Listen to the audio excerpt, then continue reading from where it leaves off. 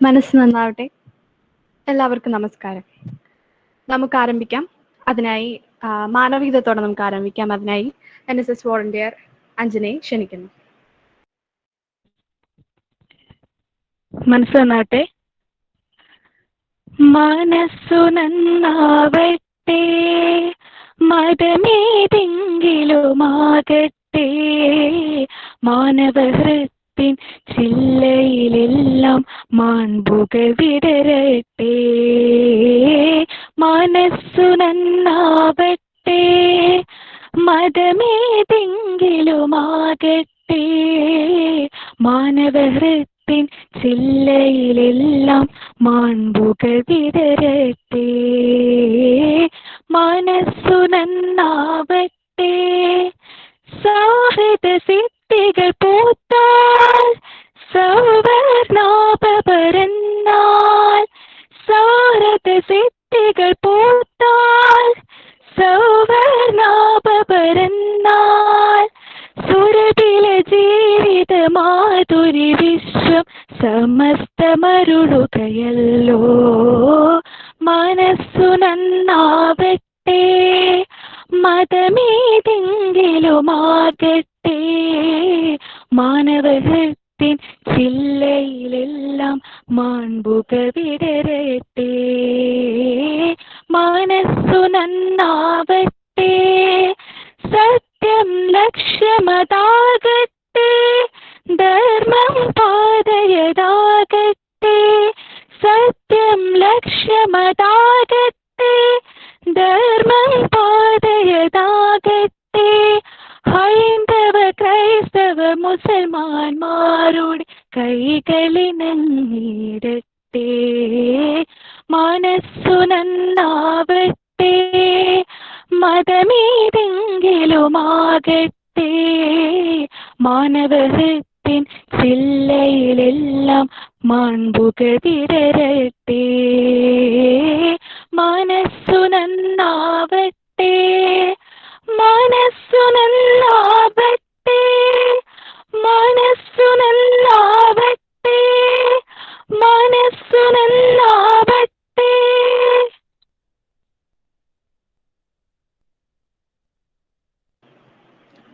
നന്ദി അഞ്ജന. എല്ലാ വർഷവും ഇന്ത്യയിൽ നവംബർ 7-ാം തീയതി നാം നാഷണൽ ക്യാൻസർ അവയർനെസ് ഡേ ആയി ആഘോഷിക്കുന്നു. വൈദ്യശാസ്ത്രത്തിന്റെ പുരോഗമനത്തോടെ ഒത്തിരി ഭയത്തോടെ നാം കണ്ടിരുന്ന പല ആരോഗ്യ പ്രശ്നങ്ങളും കൃത്യമായ ചികിത്സയിലൂടെ പൂർണ്ണമായി മാറ്റാമെന്ന് ശാസ്ത്രം തെളിയിച്ചു കഴിഞ്ഞിരിക്കുന്നു. അതിൽ ഏറ്റവും ഭയപ്പെട്ടിരുന്ന ഒന്ന് തന്നെയായിരുന്നു അർബുദം. എന്നാൽ ഇന്ന് നേരത്തെ തന്നെ ചികിത്സ തുടങ്ങിയാൽ കൃത്യമായ ചികിത്സകളിലൂടെ പൂർണ്ണമായി ഭേദമാക്കാൻ കഴിയും.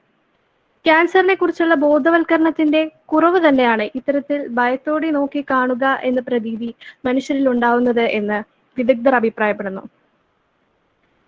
ഇന്ന് നമുക്ക് വേണ്ടി ക്യാൻസറിനെ കുറിച്ച് ബോധവൽക്കരണത്തിനായി തിരിക്കുന്നത് മുൻ ചീഫ് മെഡിക്കൽ ഓഫീസറും മുൻ ആയുഷ്മാൻ ഭവ കോഴിക്കോട് കൺവീനറുമായ ഡോക്ടർ ജയശ്രീ മാം ആണ്. ജയശ്രീ മാമിനെ ഈ പ്രോഗ്രാമിലേക്ക് NSSന്റെ പേരിൽ ഞാൻ സ്വാഗതം ചെയ്യുന്നു. നമുക്കായി ഇങ്ങനെ ഒരു അവസരം ഒരുക്കി തന്ന പ്രോഗ്രാം ഓഫീസേഴ്സായ അനസ് സാറിനെയും റിതിൻ സാറിനെയും NSSന്റെ പേരിൽ ഞാൻ ഈ വേദിയിലേക്ക് സ്വാഗതം ചെയ്യുന്നു. അർബുദം അഥവാ ക്യാൻസറിനെ കുറിച്ച് അറിയുവാൻ വേണ്ടിയാണ് നാം ഇവിടെ എത്തിച്ചേർന്നിരിക്കുന്നത്. വിലയേറിയ സമയം മാറ്റിവെച്ചുകൊണ്ട് ഇവിടെ എത്തിച്ചേർന്ന എല്ലാവരെയും ഞാൻ ഈ വെബിനാറിലേക്ക് സ്വാഗതം ചെയ്യുന്നു. വെബിനാർ സ്റ്റാർട്ട് ചെയ്യുന്നതിന് മുമ്പേ കുറച്ച് ഇൻസ്ട്രക്ഷൻസ് ആണ്. എല്ലാവരും മൈക്കും വീഡിയോയും ഓഫ് ചെയ്ത് വയ്ക്കുക. ഡൗട്ട്സ് ഉണ്ടെന്നാണെങ്കിൽ വെബിനാറിന് ശേഷം ഒരു ക്വസ്റ്റ്യൻ ആൻഡ് ആൻസർ സെഷൻ വെക്കുന്നതായിരിക്കും. Over to you, ma'am. Thank you.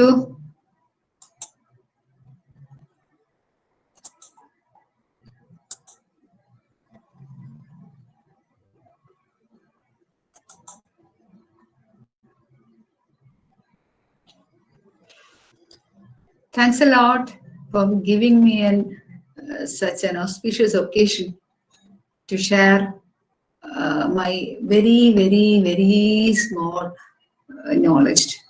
Okay, then in National Cancer Awareness Day, എല്ലാ വർഷവും ഓരോ തീം ഉണ്ടാവും. സാധാരണഗതിയിൽ November 7th national cancer awareness day. പക്ഷെ ഈ വർഷം അങ്ങനെ പ്രത്യേകിച്ച് ഒരു തീം വെച്ചിട്ടില്ല. കാരണം ഇത്ര ഒരു പാൻഡമിക് സിറ്റുവേഷൻ ഉള്ളത് കൊണ്ട് അങ്ങനെ ഒരു തീം ഈ വർഷം വെച്ചിട്ടില്ല. നിങ്ങൾക്കറിയാമെന്ന് വിചാരിക്കണു. November 7th എന്ന് പറയുന്നത് birthday of the legendary French Polish scientist madam Curie. Madam ക്യൂറിന്റെ ബർത്ത്ഡേ ആണ് ഇന്ന്. മാഡം ക്യൂറിനെ പറ്റി പറയുകയാണെങ്കിൽ എന്താണ്, റേഡിയോ ആക്ടിവിറ്റി കണ്ടുപിടിച്ചവരാണ്. പൊളോണിയം, റേഡിയം ഇതൊക്കെ കണ്ടുപിടിച്ചവരാണ്. അതുകൊണ്ട് തന്നെ ഈ റേഡിയോ ആക്ടിവിറ്റി കണ്ടുപിടിച്ചത് കൊണ്ട് തന്നെ നമുക്കറിയാം ഭയങ്കര ലൈഫ് സേവിങ് ആയിട്ടുള്ള ഒരു കാര്യം ക്യാൻസറിലുള്ളത് റേഡിയേഷൻ തെറാപ്പിയാണ്. അപ്പൊ റേഡിയേഷൻ തെറാപ്പി മാഡം ക്യൂറിന്റെ ഒരു സംഭാവനയായിട്ട് തന്നെ നമുക്ക് പറയാം. അതുകൊണ്ടാണ് നമ്മള് November 7th, that is the birthday of legendary madam Curie, നമ്മൾ ഒബ്സർവ് ചെയ്യുന്നത് നാഷണൽ ക്യാൻസർ അവയർനെസ് ഡേ. അങ്ങനെ 2014 നമ്മൾ അന്നത്തെ യൂണിയൻ ഹെൽത്ത് മിനിസ്റ്റർ ആയിട്ടുള്ള doctor Harshvardhan had first announced a national cancer awareness day with an aim to create awareness on early detection and educate people against living a cancer causing lifestyle. അതായത് cancer ഉണ്ടാക്കുന്ന life സ്റ്റൈലിന് എതിരെ ആൾക്കാരെ educate ചെയ്യാൻ വേണ്ടിയിട്ടാണ് ഈ cancer awareness day വെച്ചത്. അതായത് 2014 അന്നത്തെ union minister, health minister doctor Harshvardhan. According to WHO, in India, every year since 2018, over 1 million cases of cancer have been brought to light. അതായത് ഓരോ വർഷവും almost 1 million case cancer cases നമ്മൾ പുതുതായിട്ട് identify ചെയ്യുന്നുണ്ട് in India. Mary T silent ആണ്, Mary സ്കൊഡോവ്സ്ക curiae. Madam ക്യൂറിന്റെ ഒരു പ്രത്യേകത എന്താ വെച്ചാൽ മാഡം ജനിച്ചത് എവിടെയാണ്? ബോസോ, പോളണ്ടിലെ ബോസോയിലാണ്. അപ്പൊ മാഡം ഒരു പോളിഷാണ്, പോളണ്ടിലെ സിറ്റിസൺ ആയിരുന്നു. അപ്പൊ മാഡത്തിന് അതുകൊണ്ടാണ് പൊളോണിയം എന്നുള്ള പേര് ഫസ്റ്റ് ഇൻവെന്ററി ഇലമെന്റിന് മാഡം ഇട്ടത്, റേഡിയോ ആക്റ്റീവ് എലമെന്റിന് ഇട്ടത് പൊളോണിയം എന്നുള്ള പേരിട്ട്. അതുകൊണ്ടാണ് 7th November 1867 പിന്നെ അവര് പിയറി ക്യൂറിനെ, നിങ്ങൾക്ക് അറിയായിരിക്കും അതൊക്കെ, പിയറി ക്യൂറിനെ മാരി ചെയ്തതിനു ശേഷം ഫ്രഞ്ച് ആവും. പാരീസിലാണ് ഡെത്ത് സംഭവിക്കുന്നത് 4th July 1934. അറിയാലോ, എല്ലാവർക്കും അറിയാം അവരെ പറ്റിയിട്ട്. നോബൽ ലോറേറ്റ് ആണ്.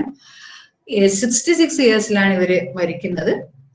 അതിന്റെ റീസൺ എന്താണെന്ന് വെച്ചാൽ പ്ലാസ്റ്റിക് അനീമിയ ആയിരുന്നു.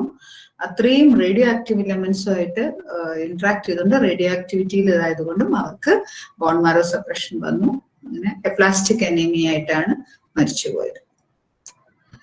നമുക്കറിയാം എന്താണ് നിങ്ങൾ ജസ്റ്റ് ഒന്ന് ഇത് മാത്രം നിങ്ങൾ ശ്രദ്ധിക്കുക. എന്താണ് ക്യാൻസർ? നിങ്ങൾക്ക് എന്തൊക്കെ അറിയാം? ഒരു മിനിറ്റ് നിങ്ങൾ ഇതൊക്കെ ഒന്ന് ആലോചിച്ച് നോക്കൂ. നിങ്ങൾ എന്താണ് ക്യാൻസർ? എന്തൊക്കെ നിങ്ങൾക്ക് അറിയാം? എന്റെ പ്രോഗ്നോസിസിനെ പറ്റി, പ്രോഗ്നോസിസ് എന്ന് പറഞ്ഞാൽ എന്താ?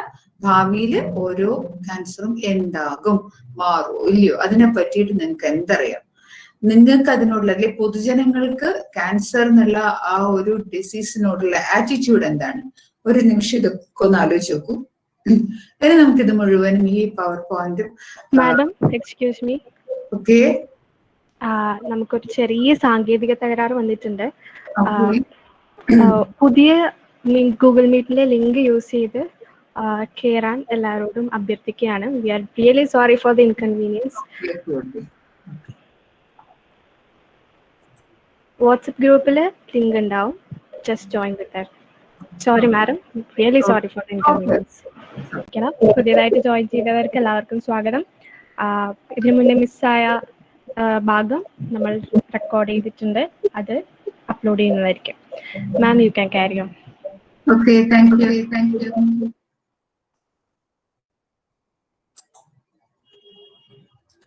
അപ്പൊ ഞാൻ മാഡം ക്യൂറിനെ പറ്റിയിട്ടൊക്കെ പറഞ്ഞു. അപ്പൊ ക്യാൻസർ, ഇനി നമുക്ക് ടോപ്പിക്കിലേക്ക് കടക്കാം. നമ്മളെപ്പോഴും ഒരു കാര്യത്തെ പറ്റിയിട്ട് പഠിക്കുമ്പോൾ അല്ലെങ്കിൽ അറിയുമ്പോൾ നമ്മൾ പേടി ഉണ്ടാവാൻ പാടില്ല. Nothing in life is to be feared. It is only to be understood. അതാണ് നമ്മൾ എപ്പോഴും ശ്രദ്ധിക്കേണ്ടത്. കാരണം ഒരു കാര്യം സാധാരണ നമ്മള് ഞാൻ സാധാരണ ഇതെടുക്കുമ്പം അവയർനെസ് പ്രോഗ്രാംസ് എടുക്കുമ്പം ക്യാൻസർ അവയർനെസ് പറഞ്ഞു കഴിഞ്ഞാൽ മനുഷ്യന്മാരെ ആരെയും കിട്ടില്ല, ഓടിച്ചിട്ട് പിടിക്കണം. അപ്പൊ ആ ഒരു അവസ്ഥയിൽ നിങ്ങൾ ഇത്രയും ഒരു എൻതൂസിയാസം കാണുമ്പോൾ എനിക്ക് ഭയങ്കര സന്തോഷമാണ് തോന്നുന്നത്. ശരിക്കും ആൾക്കാർ ഇഷ്ടപ്പെടാത്തൊരു ടോപ്പിക്കാണ് ക്യാൻസറിനെ പറ്റിയിട്ട് അറിയാന്ന് പറയുന്നത്. അങ്ങനെയല്ല നമുക്ക് വേണ്ടത്. നമ്മൾ അറിയണം, എന്നിട്ട് നമ്മൾ അത് ചുറ്റുമുള്ള ആൾക്കാരിലേക്ക് അതിന്റെ അറിവ് പകർന്നു കഴിഞ്ഞാൽ മാത്രമേ നിങ്ങളുടെ ഈ വെബിനാറിൽ പങ്കെടുക്കുന്നതുകൊണ്ടുള്ള ഗുണം ഉണ്ടാവുന്നുള്ളൂ ശരിക്കും. അപ്പൊ നമുക്ക് വാട്ട് ഈസ് ക്യാൻസർ? ക്യാൻസർ എന്ന് പറയുന്നത് എന്താണ്? Cells acquire genetic instability and becomes immortal. ക്യാൻസറിന്റെ ഏറ്റവും വലിയ പ്രത്യേകത അതാണ്. ഓരോ സെല്ലിനും അതിൻ്റെതായ ജനറ്റിക് സ്റ്റെബിലിറ്റി ഉണ്ട്. നമുക്കറിയാം, ജീനോം റിസർച്ച് ഒക്കെ കേട്ടിട്ടില്ലേ? ഒരാളെന്ന് പറയുന്ന ഒരു ജീൻ കോഡ് ഉണ്ടാവും. അത് വളരെ സ്റ്റേബിൾ ആയിരിക്കും സാധാരണഗതിയിൽ. പക്ഷെ ആ സ്റ്റെബിലിറ്റി നഷ്ടപ്പെടുമ്പോഴാണ് എന്തുണ്ടാവുന്നത്? ക്യാൻസർ ഉണ്ടാവുന്നത്. Cells acquire genetic instability and becomes immortal. അതായത് ഓരോ സെല്ലിനും ഇത്രാമത്തെ പ്രാവശ്യം അതിന് ഡെത്ത് ഉണ്ടാവണമെന്നുണ്ട്. അതായത് പെട്ടെന്ന് മൾട്ടിപ്ലൈ ചെയ്യുന്ന ഒരു സെല്ലാണെന്ന് വിചാരിച്ചോളൂ. അതിൽ കോഡ് ചെയ്തിട്ടുണ്ടാവും, അതിന്റെ ജീനിൽ കോഡ് ചെയ്തിട്ടുണ്ടാവും 20th പ്രാവശ്യം, അതായത് 20ാമത്തെ തവണ വരെ നിങ്ങൾ മൾട്ടിപ്ലൈ ചെയ്യാൻ പാടുള്ളൂ. 20ാമത്തെ തവണ കഴിഞ്ഞു കഴിഞ്ഞാൽ ഈ സെല്ല് ചത്തുപോകണം, എപ്പോട്ടോസിസ് വരണം, പ്രോഗ്രാംഡ് സെൽ ഡെത്ത് ഉണ്ടാവണം. അല്ലെങ്കിൽ എന്താ സംഭവിക്കുക? വീണ്ടും മൾട്ടിപ്ലൈ ചെയ്യുമ്പം അത് ഇമോർട്ടലായി പോകും. പിന്നെ ഇങ്ങനെ മൾട്ടിപ്ലൈ ചെയ്യും, പക്ഷെ ഒട്ടും ക്വാളിറ്റി ഇല്ലാത്ത, അതിന്റെ പാരന്റ് സെല്ലിന്റെ ക്വാളിറ്റീസ് ഒന്നും ഇല്ലാത്ത കുറേ ഒരു സെല്ലിന്റെ കൂട്ടായിരിക്കും ഇത്. അതാണ് ട്യൂമേഴ്സ് ആയി മാറുന്നത്, ക്യാൻസർ ആയിട്ട് മാറുന്നത്. അതുകൊണ്ട് നമുക്ക് പറയാം, cancer is a genetic disease. The trigger point is at gene level. Gene ലെവലിലാണ് അതിന്റെ ട്രിഗർ പോയിന്റ് വരുന്നത്. There is DNA abnormalities accumulated over a period. അതായത് ഒരു മ്യൂട്ടേഷൻ അങ്ങനെയൊക്കെ ഉള്ള സംഗതികൾ വരുന്ന സമയത്ത് അതിൽ DNA abnormality ആണ് വരുന്നത്. അത് പെട്ടെന്ന് ഇന്നോ നാളെയോ അല്ലെങ്കിൽ ഇന്നലെയോ ഉണ്ടായതല്ല. അതിങ്ങനെ കാലാകാലങ്ങളായി എക്വയർ ചെയ്ത്, ചിലപ്പോൾ തലമുറകളിലായിട്ട് എക്വയർ ചെയ്ത് വരുന്ന DNA abnormalities ആണ് ക്യാൻസർ ഉണ്ടാക്കുന്നത്. ഇതിന്റെ ക്ലാസിക് ക്യാരക്ടേഴ്സ് എന്തൊക്കെയാന്ന് നോക്കാം. എബിലിറ്റി ടു ഗ്രോ, അതായത് അൺകൺട്രോൾഡ് ഗ്രോത്ത് ആയിരിക്കും ക്യാൻസർ സെൽസിന് ഉണ്ടാവുക. ഞാൻ പറഞ്ഞത് ഇമോർട്ടൽ ആവുക ചെയ്യുന്നത്.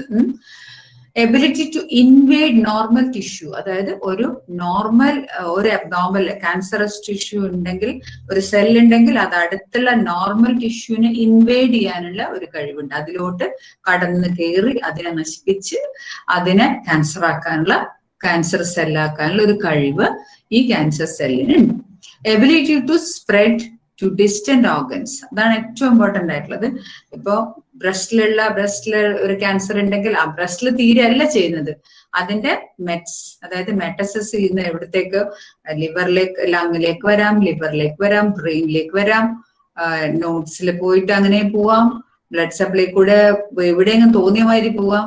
അങ്ങനെയുള്ള കഴിവ് ഈ ക്യാൻസർ സെൽസിനുണ്ട്. മെറ്റസ്റ്റസിസ് എന്ന് പറയും, ഷോർട്ട് ആയിട്ട് പറയും മെറ്റ്സ്. ദെൻ എബിലിറ്റി ടു റിക്കർ, അതായത് എങ്ങനെയെങ്കിലും അസുഖം മാറി എന്ന് വിചാരിക്കും, അസുഖം മാറി ഉഷാറായിന്നുണ്ട് ഇരിക്കുമ്പോൾ കുറച്ച് കഴിഞ്ഞാൽ കാണാം വീണ്ടും ഇത് റിക്കർ ചെയ്യുന്നത് കാണാം. അപ്പൊ എന്തൊക്കെയാണ് ക്യാൻസർ സെൽസിനുള്ള കഴിവുകൾ? Ability to grow, very uncontrolled ആയിരിക്കും growth. Ability to invade normal tissue, ability to spread to distant organs and ability to recur. ഇത് നോക്കൂ, ക്യാൻസർ റിവല്യൂഷൻ എങ്ങനെയത്? നോർമൽ സെല്ല് എങ്ങനെയാണ്? സാധാരണഗതിയിൽ ഒരു നോർമൽ സെല്ല് എങ്ങനെ ക്യാൻസർ സെല്ല് ആവുന്നു എന്നുള്ളത്. അതിന് ഇനീസിയേഷൻ ഉണ്ടാവും, പ്രൊമോഷൻ ഉണ്ടാവും, പ്രോഗ്രഷൻ ഉണ്ടാവും. ഇനീസിയേഷൻ എന്ന് പറഞ്ഞാല് ഒരു മ്യൂട്ടേഷൻ വന്നു, ഫസ്റ്റ് മ്യൂട്ടേഷൻ എന്ന് പറഞ്ഞാൽ അറിയായിരിക്കും അല്ലെ? അതായത് എന്തെങ്കിലും ഒരു കാരണം കൊണ്ട് ജനറ്റിക് സ്റ്റെബിലിറ്റി നഷ്ടപ്പെട്ടിട്ട് ചേഞ്ച് വരിക, ജീനിന് ചേഞ്ച് വരിക, അതാണ് മ്യൂട്ടേഷൻ എന്ന് പറയുന്നത്. അപ്പൊ പല കാരണങ്ങളുണ്ട്, നോക്കാം നമുക്ക് എന്തൊക്കെയാന്ന് പറയുന്നുണ്ട്. അപ്പൊ ഫസ്റ്റ് മ്യൂട്ടേഷനിൽ നോർമൽ സെല്ല് ഇനീഷ്യേറ്റ് ചെയ്തു, ക്യാൻസർ ഇനീഷ്യേറ്റ് ചെയ്തു ഫസ്റ്റ് മ്യൂട്ടേഷനിൽ. അതേസമയം അതിനെ പ്രൊമോട്ട് ചെയ്യുന്നു, വീണ്ടും അടുത്ത മ്യൂട്ടേഷൻ വരുന്നു, തേർഡ് മ്യൂട്ടേഷൻ വരുന്നു, അങ്ങനെ അതിനെങ്ങനെ പ്രൊമോട്ട് ചെയ്ത് ജനറ്റിക് സ്റ്റെബിലിറ്റി മോശമാക്കിക്കൊണ്ടേയിരിക്കും. അങ്ങനെ 4th മ്യൂട്ടേഷൻ കഴിയുമ്പോഴത്തേക്ക് എന്ത് സംഭവിക്കുന്നു? ക്യാൻസർ സെല്ലാവുന്നു. അപ്പൊ ക്യാൻസറിന്റെ ഇവല്യൂഷൻ എന്ന് പറഞ്ഞാൽ ഇന്നോ ഇന്നലെയോ ഉണ്ടായതല്ല, തലമുറകളായിട്ട് വരാം, അല്ലെങ്കിൽ ഒരാളിൽ തന്നെ പല കാലങ്ങളിലായിട്ട് അയാൾ അനുഭവിച്ച മ്യൂട്ടേഷൻ കൊണ്ട് വരാം. അപ്പൊ ശരിക്കും ഒരു 4th മ്യൂട്ടേഷൻ ഒക്കെ കഴിഞ്ഞാലേ അത് ഒരു നോർമൽ സെല്ല് ശരിക്കും ക്യാൻസർ സെല്ലായിട്ട് തീരുന്നുള്ളൂ. ഇനി ഡിവിഷൻ, അൺകൺട്രോൾഡ് സെൽ ഡിവിഷൻ ആണെന്ന് പറഞ്ഞാൽ അതിന് കുറെ കാരണങ്ങളുണ്ട്. നോക്കൂ, ഈ പറഞ്ഞ 4 ജീൻസും നമ്മളെ ബോഡിയിലുള്ള ജീൻസ് ആണ്, നോർമൽ ജീൻസ് ആണ്. എന്തൊക്കെ? ഓങ്കോ ജീൻസ് ഉണ്ട്, ട്യൂമർ സപ്രസർ ജീൻസ് ഉണ്ട്, സൂയിസൈഡ് ജീൻസ് ഉണ്ട്, DNA റിപ്പയർ ജീൻസും ഉണ്ട്. ഈ ഓങ്കോ ജീൻസ് എന്താ ചെയ്യുന്നതെന്ന് വെച്ചാൽ സെല്ലിനെ മൾട്ടിപ്ലൈ ചെയ്യാൻ വേണ്ടിയിട്ട്, കൂടുതൽ മൾട്ടിപ്ലൈ ചെയ്യാൻ വേണ്ടിയിട്ട് ഇൻട്രസ്റ്റ് എടുക്കുന്ന ജീനാണ് ഓങ്കോ ജീൻസ്. അപ്പൊ അതിന് ഒരു കാലം ഇത്ര കഴിഞ്ഞു കഴിഞ്ഞാൽ ആ ജീൻ സപ്രസ്ഡ് ആവണം. ശരിക്കും നോർമൽ ആണ്. സപ്രഷൻ വന്നു കഴിഞ്ഞു കഴിഞ്ഞാൽ പിന്നെ ആ സെല്ല് പിന്നെ മൾട്ടിപ്ലൈ ഇല്ല. അങ്ങനെയാണ് സംഭവം. പക്ഷെ ഈ സെല്ലില് ഈ ഓങ്കോ ജീൻസ് വളരെ ഇതായിട്ടുണ്ടാവും, മ്യൂട്ടേഷൻ കഴിഞ്ഞിട്ട് ഭയങ്കര ഉഷാറായിട്ടുണ്ടാവും. അങ്ങനെയുള്ളതിന് കൂടുതൽ അൺകൺട്രോൾഡ് ആയിട്ട് സെൽ ഡിവൈഡ് ചെയ്യുന്നു, അങ്ങനെ ട്യൂമർ ഉണ്ടാവും. ഇനി സെക്കൻഡ് ടൈപ്പ് ഓഫ് ജീൻസ് നോക്കൂ, ട്യൂമർ സപ്രസർ ജീൻ. അതിന് എക്സാമ്പിൾ ആണ് P53 ജീൻ എന്ന് പറയുന്നത്. ഈ ജീൻ എങ്ങനെയാണെന്ന് വെച്ചാൽ ഓങ്കോജീന്റെ നേരെ ഓപ്പോസിറ്റ്, അതായത് ഇതിന്റെ മൾട്ടിപ്ലിക്കേഷന്റെ അളവ്, എത്ര ടൈം മൾട്ടിപ്ലൈ ചെയ്യണം എന്നുള്ളത് കുറയ്ക്കാൻ വേണ്ടി, ട്യൂമർ ഉണ്ടാവാതിരിക്കാൻ വേണ്ടിയിട്ട് ഇതാ ഓങ്കോജീൻ ഇങ്ങനെ ഉഷാറായി വരുമ്പം ട്യൂമർ സപ്രസർ ജീൻ പറയും പാടില്ല, അത്രേ പാടുള്ളൂ, ഇനി നിർത്തണം എന്ന് പറയുന്ന ജീനാണ് ട്യൂമർ സപ്രസർ. ഒരുപാട് ട്യൂമർ സപ്രസർ ജീൻസ് നോർമലി നമ്മളെ ബോഡിയിലുണ്ട്, നമ്മുടെ സെല്ലിലുണ്ട്. അതിലൊരു എക്സാമ്പിൾ ആണ് P53 ജീൻ.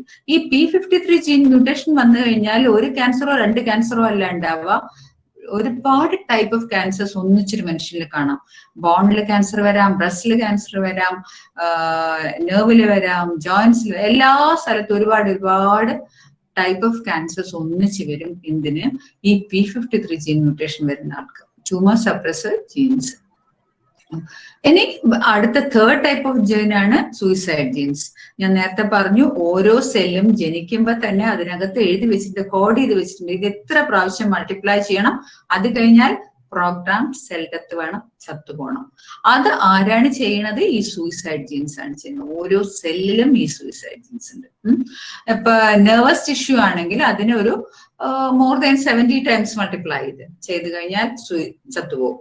അതേസമയം വളരെ എളുപ്പത്തിൽ മൾട്ടിപ്ലൈ ചെയ്യുന്ന ബ്രസ്റ്റിലുള്ള ഗ്ലാൻസിന്റെ ഉള്ളിലുള്ള അങ്ങനെയുള്ള സെൽസിലുള്ള ജീൻസ് ആണെങ്കിൽ 20 ടൈംസ്, 20 പ്രാവശ്യം കഴിഞ്ഞ് കഴിഞ്ഞാൽ അത് പിന്നെ അപ്പോട്ടോസിസ് നടക്കണം. എപ്പോട്ടോസിസ് എന്ന് പറഞ്ഞു കഴിഞ്ഞാൽ പ്രോഗ്രാം സെൽ ഡെത്ത്. അങ്ങനെ ആ പ്രോഗ്രാം ചെയ്യുന്ന ജീനാണ് സൂയിസൈഡ് ജീൻസ്. ഇനി അതേപോലെ ഇനി കഷ്ടകാലത്തിന് മ്യൂട്ടേഷൻ വന്നു. മ്യൂട്ടേഷൻ ഞാൻ നേരത്തെ പറഞ്ഞു, ഇനീസിയേഷൻ, പ്രൊമോഷൻ, അങ്ങനെ ഉണ്ടല്ലോ. അതിൽ ആ ഇനീസിയേഷനൊക്കെ സ്റ്റേജിലൊക്കെ വരുന്ന കേസ് ആൾക്കാരില് മ്യൂട്ടേഷൻ ഇനീഷ്യേറ്റ് ചെയ്ത സമയത്ത് നമ്മളെ ബോഡിയിൽ ദൈവം തന്നെ തന്നിട്ടുണ്ട് DNA റിപ്പയർ ജീൻസ്. അവര് നല്ല ഉഷാറാണെങ്കിൽ എന്ത് സംഭവിക്കുന്നു? ആ ജീനിനെ, തകരാറായ ജീനിനെയൊക്കെ നന്നാക്കി റിപ്പയർ ചെയ്ത് നോർമൽ ജീനാക്കി മാറ്റും. അപ്പൊ ഇത്രയും ഈ 4 അല്ല, ഒരുപാട് വേറെയും കുറെ പ്രോട്ടീൻസ് ഒക്കെ വേറെ ഉണ്ട്. ഞാൻ നിങ്ങൾക്ക് എളുപ്പം മനസ്സിലാക്കാൻ വേണ്ടിയിട്ടാണ് ഇങ്ങനെ ഈ 4 മാത്രം പറഞ്ഞത്. ഈ ജീൻസ് തന്നെ ദൈവം നമ്മളെ സൃഷ്ടിക്കുമ്പോൾ, ഓരോ സെല്ല് സൃഷ്ടിക്കുമ്പോഴും, ഓരോ സെല്ല് ഉണ്ടാക്കുമ്പോഴും അതിന്റെ കൂടെ തന്നെ ഇതിനെയൊക്കെ കേടുവരാതിരിക്കാൻ വേണ്ടിയിട്ടുള്ള കുറെ ജീൻസിനെയും സൃഷ്ടിച്ചിട്ടുണ്ട്. ഈ ജീനിനൊക്കെ മ്യൂട്ടേഷൻ വരുമ്പോഴാണ് എന്ത് സംഭവിക്കുന്നത്? മാലിഗ്നൻസി വരുന്നത്, ക്യാൻസർ വരുന്നത്. ആ ജീൻസിൽ തന്നെ ഞാൻ പറഞ്ഞു, ആ ജീൻസിന്റെ തകരാറ് മാറ്റാനും കൂടെ ഉള്ള ഒരു ജീനും കൂടെ അതിനകത്ത് വെച്ചിട്ടുണ്ട്. അതാണ് DNA റിപ്പയർ ജീൻ. നോക്കൂ, loss of normal growth control നോക്കൂ. നോർമലി ഇങ്ങനെയാണ്, ഒരു സെല്ല് 2 ആക്കുന്നു, അങ്ങനല്ലേ നമ്മൾ പഠിച്ചല്ലേ? മൈറ്റോസിസ്, ഒരു സെല്ല് 2 ആവുന്നു, പിന്നെ വീണ്ടും 2, 4 അങ്ങനെ പോകുന്നു. അപ്പൊ സാധാരണഗതിയിൽ ഈ ഫസ്റ്റ് മൾട്ടിപ്ലിക്കേഷൻ ഇങ്ങനെ നടക്കുമ്പോൾ ഒരു ലെവൽ എത്തുമ്പോഴത്തേക്ക് ഇതിലുള്ള സൂയിസൈഡ് ജീൻ പറയും കഴിഞ്ഞു, മതിയാക്കാം. അതായത് 20 പ്രാവശ്യം അല്ലെങ്കിൽ ഒരു 70 പ്രാവശ്യം ആവുമ്പോൾ ആ ജീൻ പറയും മതി, ഇനി നമുക്ക് ഇവിടെ തീർക്കാം ഈ സെല്ല്. മദർ സെല്ലിനോട് പറയും മതി, അത് ആ ടൈപ്പ് ഓഫ് ഇതിന്ന് വരുന്ന സെല്ല് മതിയാക്കാം, മൾട്ടിപ്ലൈ ചെയ്ത് നിർത്തണം. അങ്ങനെ അതിനെ സെൽ സൂയിസൈഡ് അല്ലെങ്കിൽ അപ്പോട്ടോസിസ് നടത്തി അതിനെ സ്വയം നശിപ്പിക്കും. അതേസമയം ഈ പറഞ്ഞ ഓങ്കോജിൻ മ്യൂട്ടേഷൻ വന്നിട്ട് ഭയങ്കര ഉഷാറുള്ള ജീൻ, അല്ലെങ്കിൽ നേരത്തെ പറഞ്ഞു ട്യൂമർ സപ്രസർ ജീനിന് ഭയങ്കര വീക്കായിട്ടുള്ളത് ജീനാണ്. അതേമാതിരി സൂയിസൈഡ് ജീന് വളരെ വീക്കായിട്ടുള്ള ജീൻ, അത് DNA റിപ്പയർ ജീൻ തീരെ പോക്ക്, ഇങ്ങനെയൊക്കെയുള്ള കേസിലാണെങ്കിൽ എന്ത് സംഭവിക്കുമെന്ന് ആലോചിച്ച് നോക്കൂ. ഫസ്റ്റ് മ്യൂട്ടേഷൻ വന്നു, DNA റിപ്പയർ ചെയ്തില്ല, അപ്പൊ സെക്കൻഡ് മ്യൂട്ടേഷൻ വന്നു, തേർഡ് മ്യൂട്ടേഷൻ വന്നു, ഫോർത്ത് മ്യൂട്ടേഷൻ വന്നു. അങ്ങനെ വന്നപ്പോഴത്തേക്ക് എന്തുണ്ടായി? ഇതിന്റെ എന്തൊക്കെയാ സംഭവിക്കുന്നത്? ഓങ്കോജീൻസ് ഭയങ്കര ഉഷാറാവും, ട്യൂമർ സപ്രസർ ജീൻസ് വീക്കായി പോയി, ഇതിനൊന്നും റിപ്പയർ നടന്നില്ല. പിന്നെ സൂയിസൈഡ് ജീൻസിനും റിപ്പയർ നടന്നില്ല, DNA റിപ്പയർ ജീൻ തീരെ പോക്ക്. അപ്പോഴത്തേക്കും അൺകൺട്രോൾഡ് ആയിട്ടുള്ള ഗ്രോത്ത് ആയിരിക്കും ഉണ്ടാവുക. അതിനാണെങ്കിൽ നോക്കൂ, അതിന്റെ സെൽസിന്റെ ഇതൊന്ന് നോക്കൂ. പാരന്റ് സെല്ലിന്റെ ഒരു ക്വാളിറ്റി ഇല്ലാത്ത ഒരുപാട് കൂട്ടം സെൽസ് ആയിരിക്കും ഉണ്ടാവുക. അപ്പൊ അതിന്റെ ഫങ്ഷൻ നടക്കുന്നില്ല. ആ സെല്ലിന് ആ ഓർഗനിൽ ഈ സെല്ല് എന്തൊക്കെയാണോ ഫങ്ഷൻ ചെയ്യേണ്ട ആ ഫങ്ഷൻസ് ഒന്നും നടക്കുന്നില്ല. അതേപോലെ തന്നെ അതിന്റെ ക്വാളിറ്റി വളരെ മോശമായിരിക്കും, ഭയങ്കര ഫ്രജൈൽ ആയിരിക്കും, പൊട്ടിപ്പോവും. അതുകൊണ്ടാണ് അൾസർ ഉണ്ടാവുന്നത്. പിന്നെ ഒരു വലിയ കൂട്ടാവുമ്പോൾ എന്തുണ്ടാവും? അതൊരു വലിയ ട്യൂമർ ആവും. അത് അടുത്തൂടെ പോകുന്ന ബ്ലഡ് വെസലിനുള്ളിലോട്ടൊക്കെ ഇൻവേഡ് ചെയ്യും. ബ്ലഡ് വെസലിനുള്ളിൽ കൂടി ഈ സെല്ല് വേറെ സ്ഥലത്തെത്തും, അവിടെ മെറ്റാസിസ് ഉണ്ടാവും. അങ്ങനെ ഒരു ക്യാൻസർ ഉണ്ടാക്കാൻ ഈ നോർമൽ സെല്ലിലെ മ്യൂട്ടേഷൻ കൊണ്ട് സംഭവിക്കും. നോക്കൂ, നോർമൽ P53 ആരായിരുന്നു? ട്യൂമർ സപ്രസർ ജീൻ അല്ലെ. നോർമൽ P53 ഒരു സെല്ലാണെങ്കിൽ നോക്കൂ, DNA ഡാമേജ് ആയി പോയി കഴിഞ്ഞാലും P53 ആക്റ്റീവ് ആണെങ്കിൽ എന്ത് സംഭവിക്കും? അത് വേഗം തന്നെ സെൽഫ് ഡിസ്ട്രക്ഷൻ നടത്തിയിട്ട് അതിന് കൂടുതൽ മൾട്ടിപ്ലിക്കേഷൻ നടക്കാണ്ട് അത് ചത്തുപോകും അതോടുകൂടി. കാരണം എന്താണ്? പിന്നെ അതിന് മ്യൂട്ടേഷൻ നടക്കൂല. അതേസമയം ഇനാക്റ്റീവ് ആയിട്ടുള്ള P53 ആണെങ്കിൽ അയാൾ ഒന്നും ചെയ്യില്ല, അയാളെ അപ്പോട്ടോസിസ് നടത്തില്ല. അപ്പൊ എന്ത് സംഭവിക്കും? ട്യൂമർ സെൽസ് പ്രോളിഫറേറ്റ് ചെയ്ത് മോശം ഒരു ക്യാൻസർ ഉണ്ടാക്കാനുള്ള സാധ്യത വളരെ കൂടുതൽ ക്യാൻസർ ഉണ്ടാക്കും. ഇതേപോലെ തന്നെയാണ് വൈറൽ വെക്ടർ ട്രീറ്റ്മെന്റ്. അതായത് ഈ വൈറൽ സെൽസ് ആണെങ്കിൽ വൈറസ് ഇതേമാതിരി തന്നെ ചില ടൈപ്പ് ഓഫ് വൈറസ് ഉണ്ട്. വൈറസ് എന്ത് ചോദിച്ചാൽ റീപ്രൊഡ്യൂസ് ഈ ട്യൂമർ സെൽസിനെ ഹെൽത്തി, അതായത് ഇങ്ങനെയുള്ള ട്യൂമർ സെൽസില് വൈറസ് ഇൻഫെക്ട് ചെയ്തു എന്ന് വിചാരിക്കും. ഇങ്ങനെയുള്ള ട്യൂമർ സെൽസിനെ വൈറസ് ഇൻഫെക്ട് ചെയ്യുമ്പോൾ എന്ത് സംഭവിക്കും? Virus reproduces in tumour cells but not in healthy ones. അങ്ങനെ ഈ ചില വൈറസ് ക്യാൻസറിനെ പ്രിവെന്റ് ചെയ്യാൻ സാധിക്കും. അതായത് ട്യൂമർ സെൽസിനെ നശിപ്പിച്ചിട്ട് ഇതാക്കാം. ഞാൻ പറയാം, അതുകൊണ്ടാണ് ചില ക്യാൻസറിന് എന്തുണ്ട്? വാക്സിൻസ് ഉണ്ട്.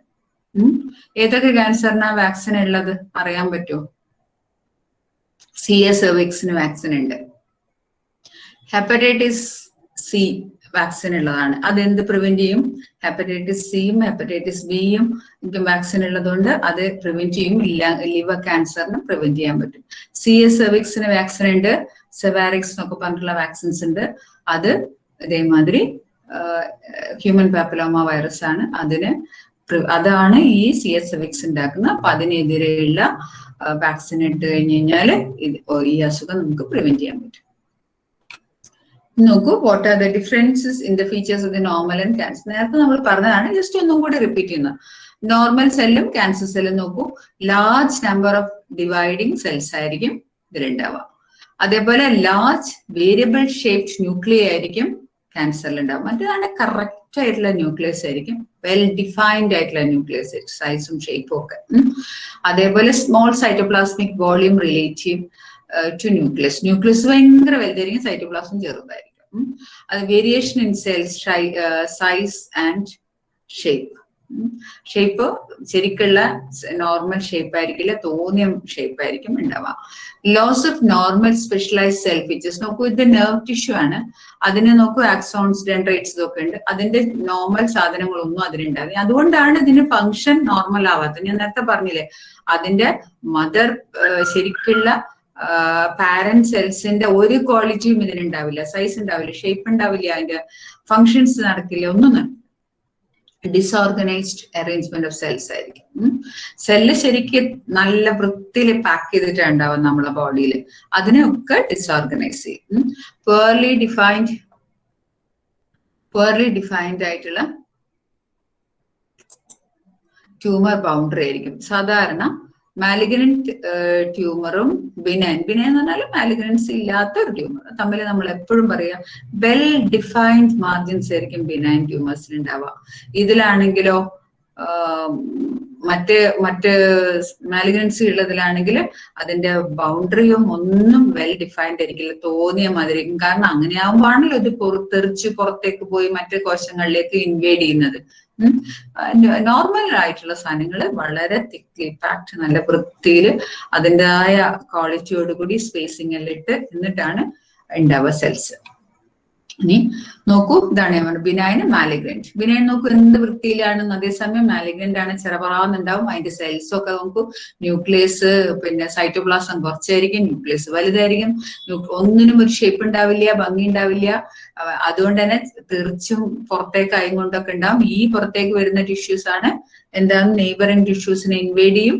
അതാണ് രക്തക്കൊള്ളികളിലും അല്ലെങ്കിൽ പിന്നെ ലിംഫാറ്റിക്സിലേക്കൊക്കെ കയറിയിട്ട് മെറ്റസൈസ് ചെയ്യുന്നത്, മറ്റുള്ള ഓർഗൻസിലേക്ക്, ദൂരെയുള്ള ഓർഗൻസിലേക്ക് പോകുന്നത്. Normal and abnormal cell growth നോക്കൂ. നോർമൽ കറക്റ്റ് ആയിട്ട് വരുന്നു, ഒരു ടൈം എത്തുമ്പോൾ അപ്പോട്ടോസിസ് നടക്കും. ക്യാൻസറിന് അങ്ങനെ സംഭവിക്കുന്നില്ല. ഇത് നോക്കൂ, ഇതൊരു സ്കിന്നിന്റെ ഒരു ഇതാണ്. നോക്കൂ, താഴെ ഡെർമിസ് ആണ്, അതിന്റെ മേലെ ഒരു ബേസൽ ലെയർ.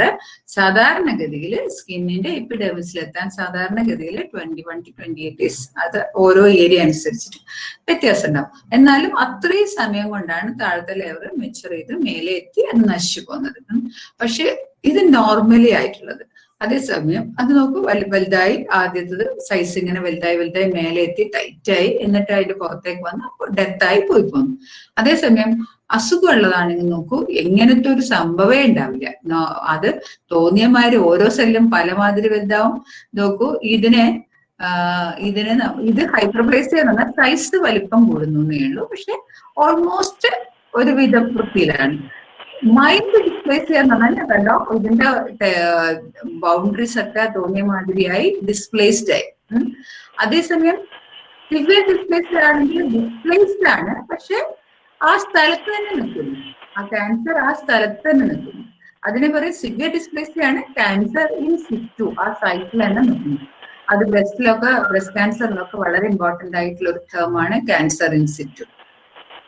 പിന്നെ ശ്രദ്ധിക്കാണ്ട് കുറച്ചു കാലം അങ്ങനെ കിടന്നു കഴിഞ്ഞാൽ ചിലപ്പോ ഒരു 5 വർഷം വരെയൊക്കെ ചിലപ്പോൾ ഇങ്ങനെ കിടക്കും നമ്മൾ ശ്രദ്ധിക്കാതെ.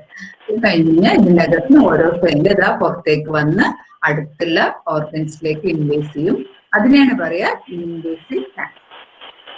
ഇവിടെ നോക്കൂ, മെറ്റസൈസിസ് കണ്ടോ, കാർസിനോമ ഇതാ ഇതിന്ന് ബ്ലഡ് വെസലിലേക്ക് പോകുന്നു, മറ്റുള്ള കോശങ്ങളിലേക്കൊക്കെ പോയി ഇങ്ങനെ വേറെ സ്ലൈഡ് കാണാൻ പറ്റുന്നില്ലല്ലോ.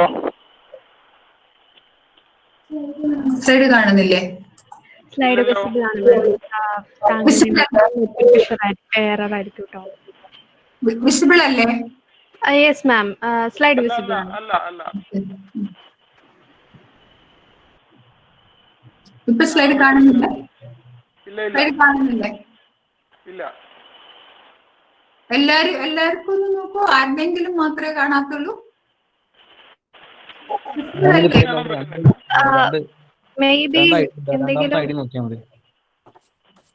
വിസിബിൾ അല്ലേ?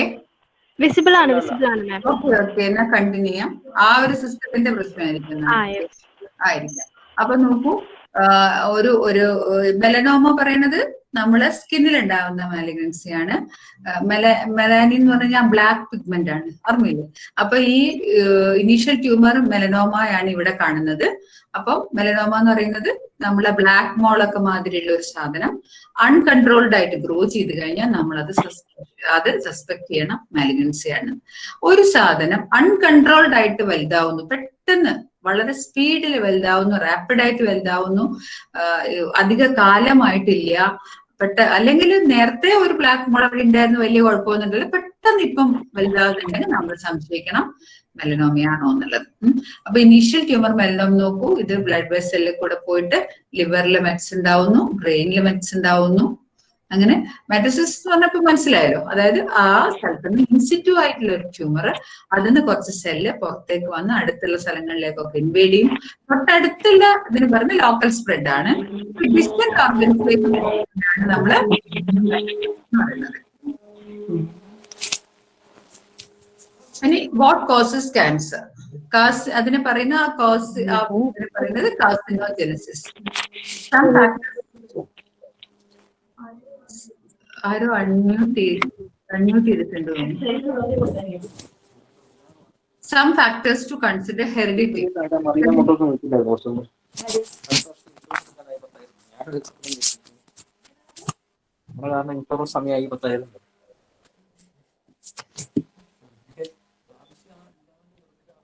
ഹെറിഡിറ്റി ആണ് ഒരു ഫാക്ടർ എന്ന് പറയുന്നത്, ഏറ്റവും ഇമ്പോർട്ടന്റ് ആയിട്ട്. നമ്മൾ എപ്പോഴും പറയും പാരമ്പര്യമായിട്ട് ക്യാൻസർ വരും. ഓഡിബിൾ അല്ലേ? ഓഡിബിൾ അല്ലേ? ഓഡിബിൾ അല്ലേ? വിസിബിൾ അല്ലേ? Yes ma'am, yes ma'am, everything is fine. Okay. Arrow unmute ചെയ്തിട്ട് അത് മ്യൂട്ട് ചെയ്യാൻ പറയാം. Sorry, very sorry. Then heredity നമുക്കറിയാം, സാധാരണഗതിയിൽ പണ്ടുകാലത്ത് ഒരു കാര്യം ഉണ്ടെങ്കിൽ ആ വീട്ടിൽ നിന്ന് കല്യാണം കഴിക്കില്ല, കാരണം ക്യാൻസർ ഉണ്ടാവാൻ സാധ്യത വളരെ കൂടുതലാണ്. അപ്പൊ ഹെറിഡിറ്റി ഒരു വലിയ ഫാക്ടറായിട്ട് കാണിക്കും. പക്ഷെ ഇപ്പൊ നമുക്ക് പറയാം 10 to 15% മാത്രമേ ഹെറിഡിറ്റി വരുന്നുള്ളൂ.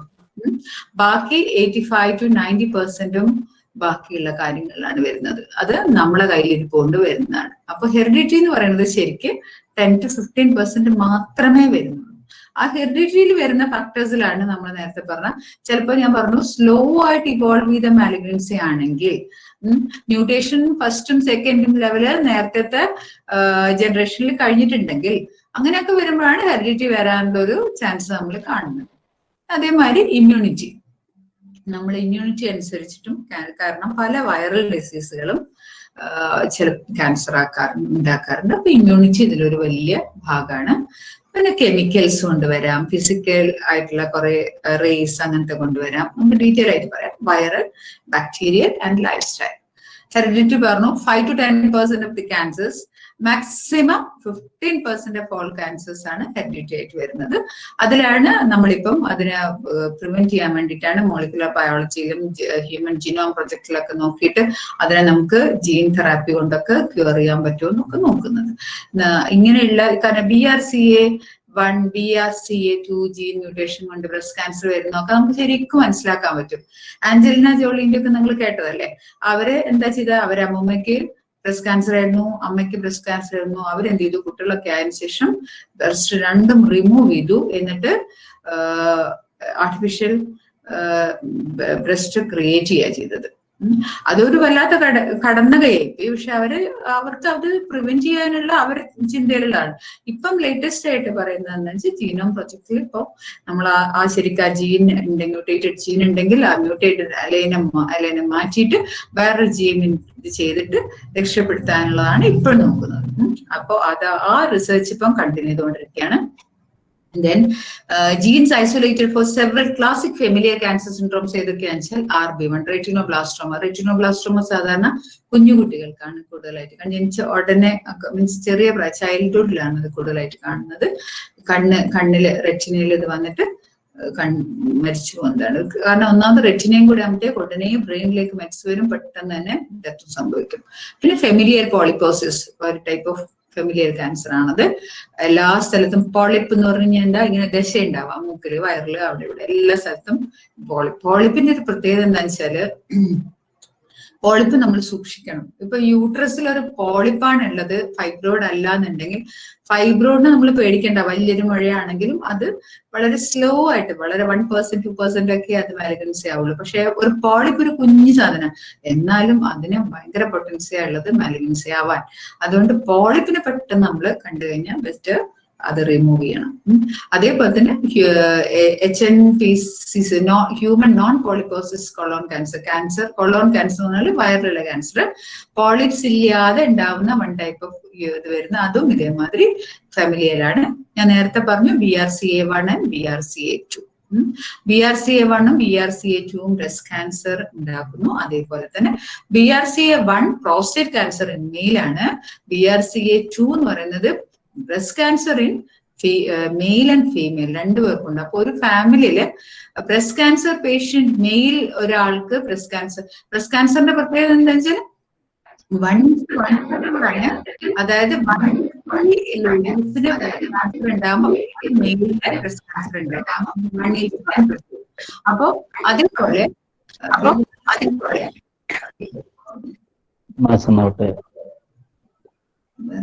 BRCA2 ഉള്ള മ്യൂട്ടേഷനുള്ള എക്കോ വരുന്നുണ്ട്. BRCA2 മ്യൂട്ടേഷനുള്ള ഒരു ഫാമിലിയില് ഒരു മെയിൽ ബ്രസ്റ്റ് ക്യാൻസർ പേഷ്യന്റിന് ഉണ്ടെങ്കിൽ നമ്മൾ അത് BRCA2 മ്യൂട്ടേഷൻ ആണോ നോക്കണം.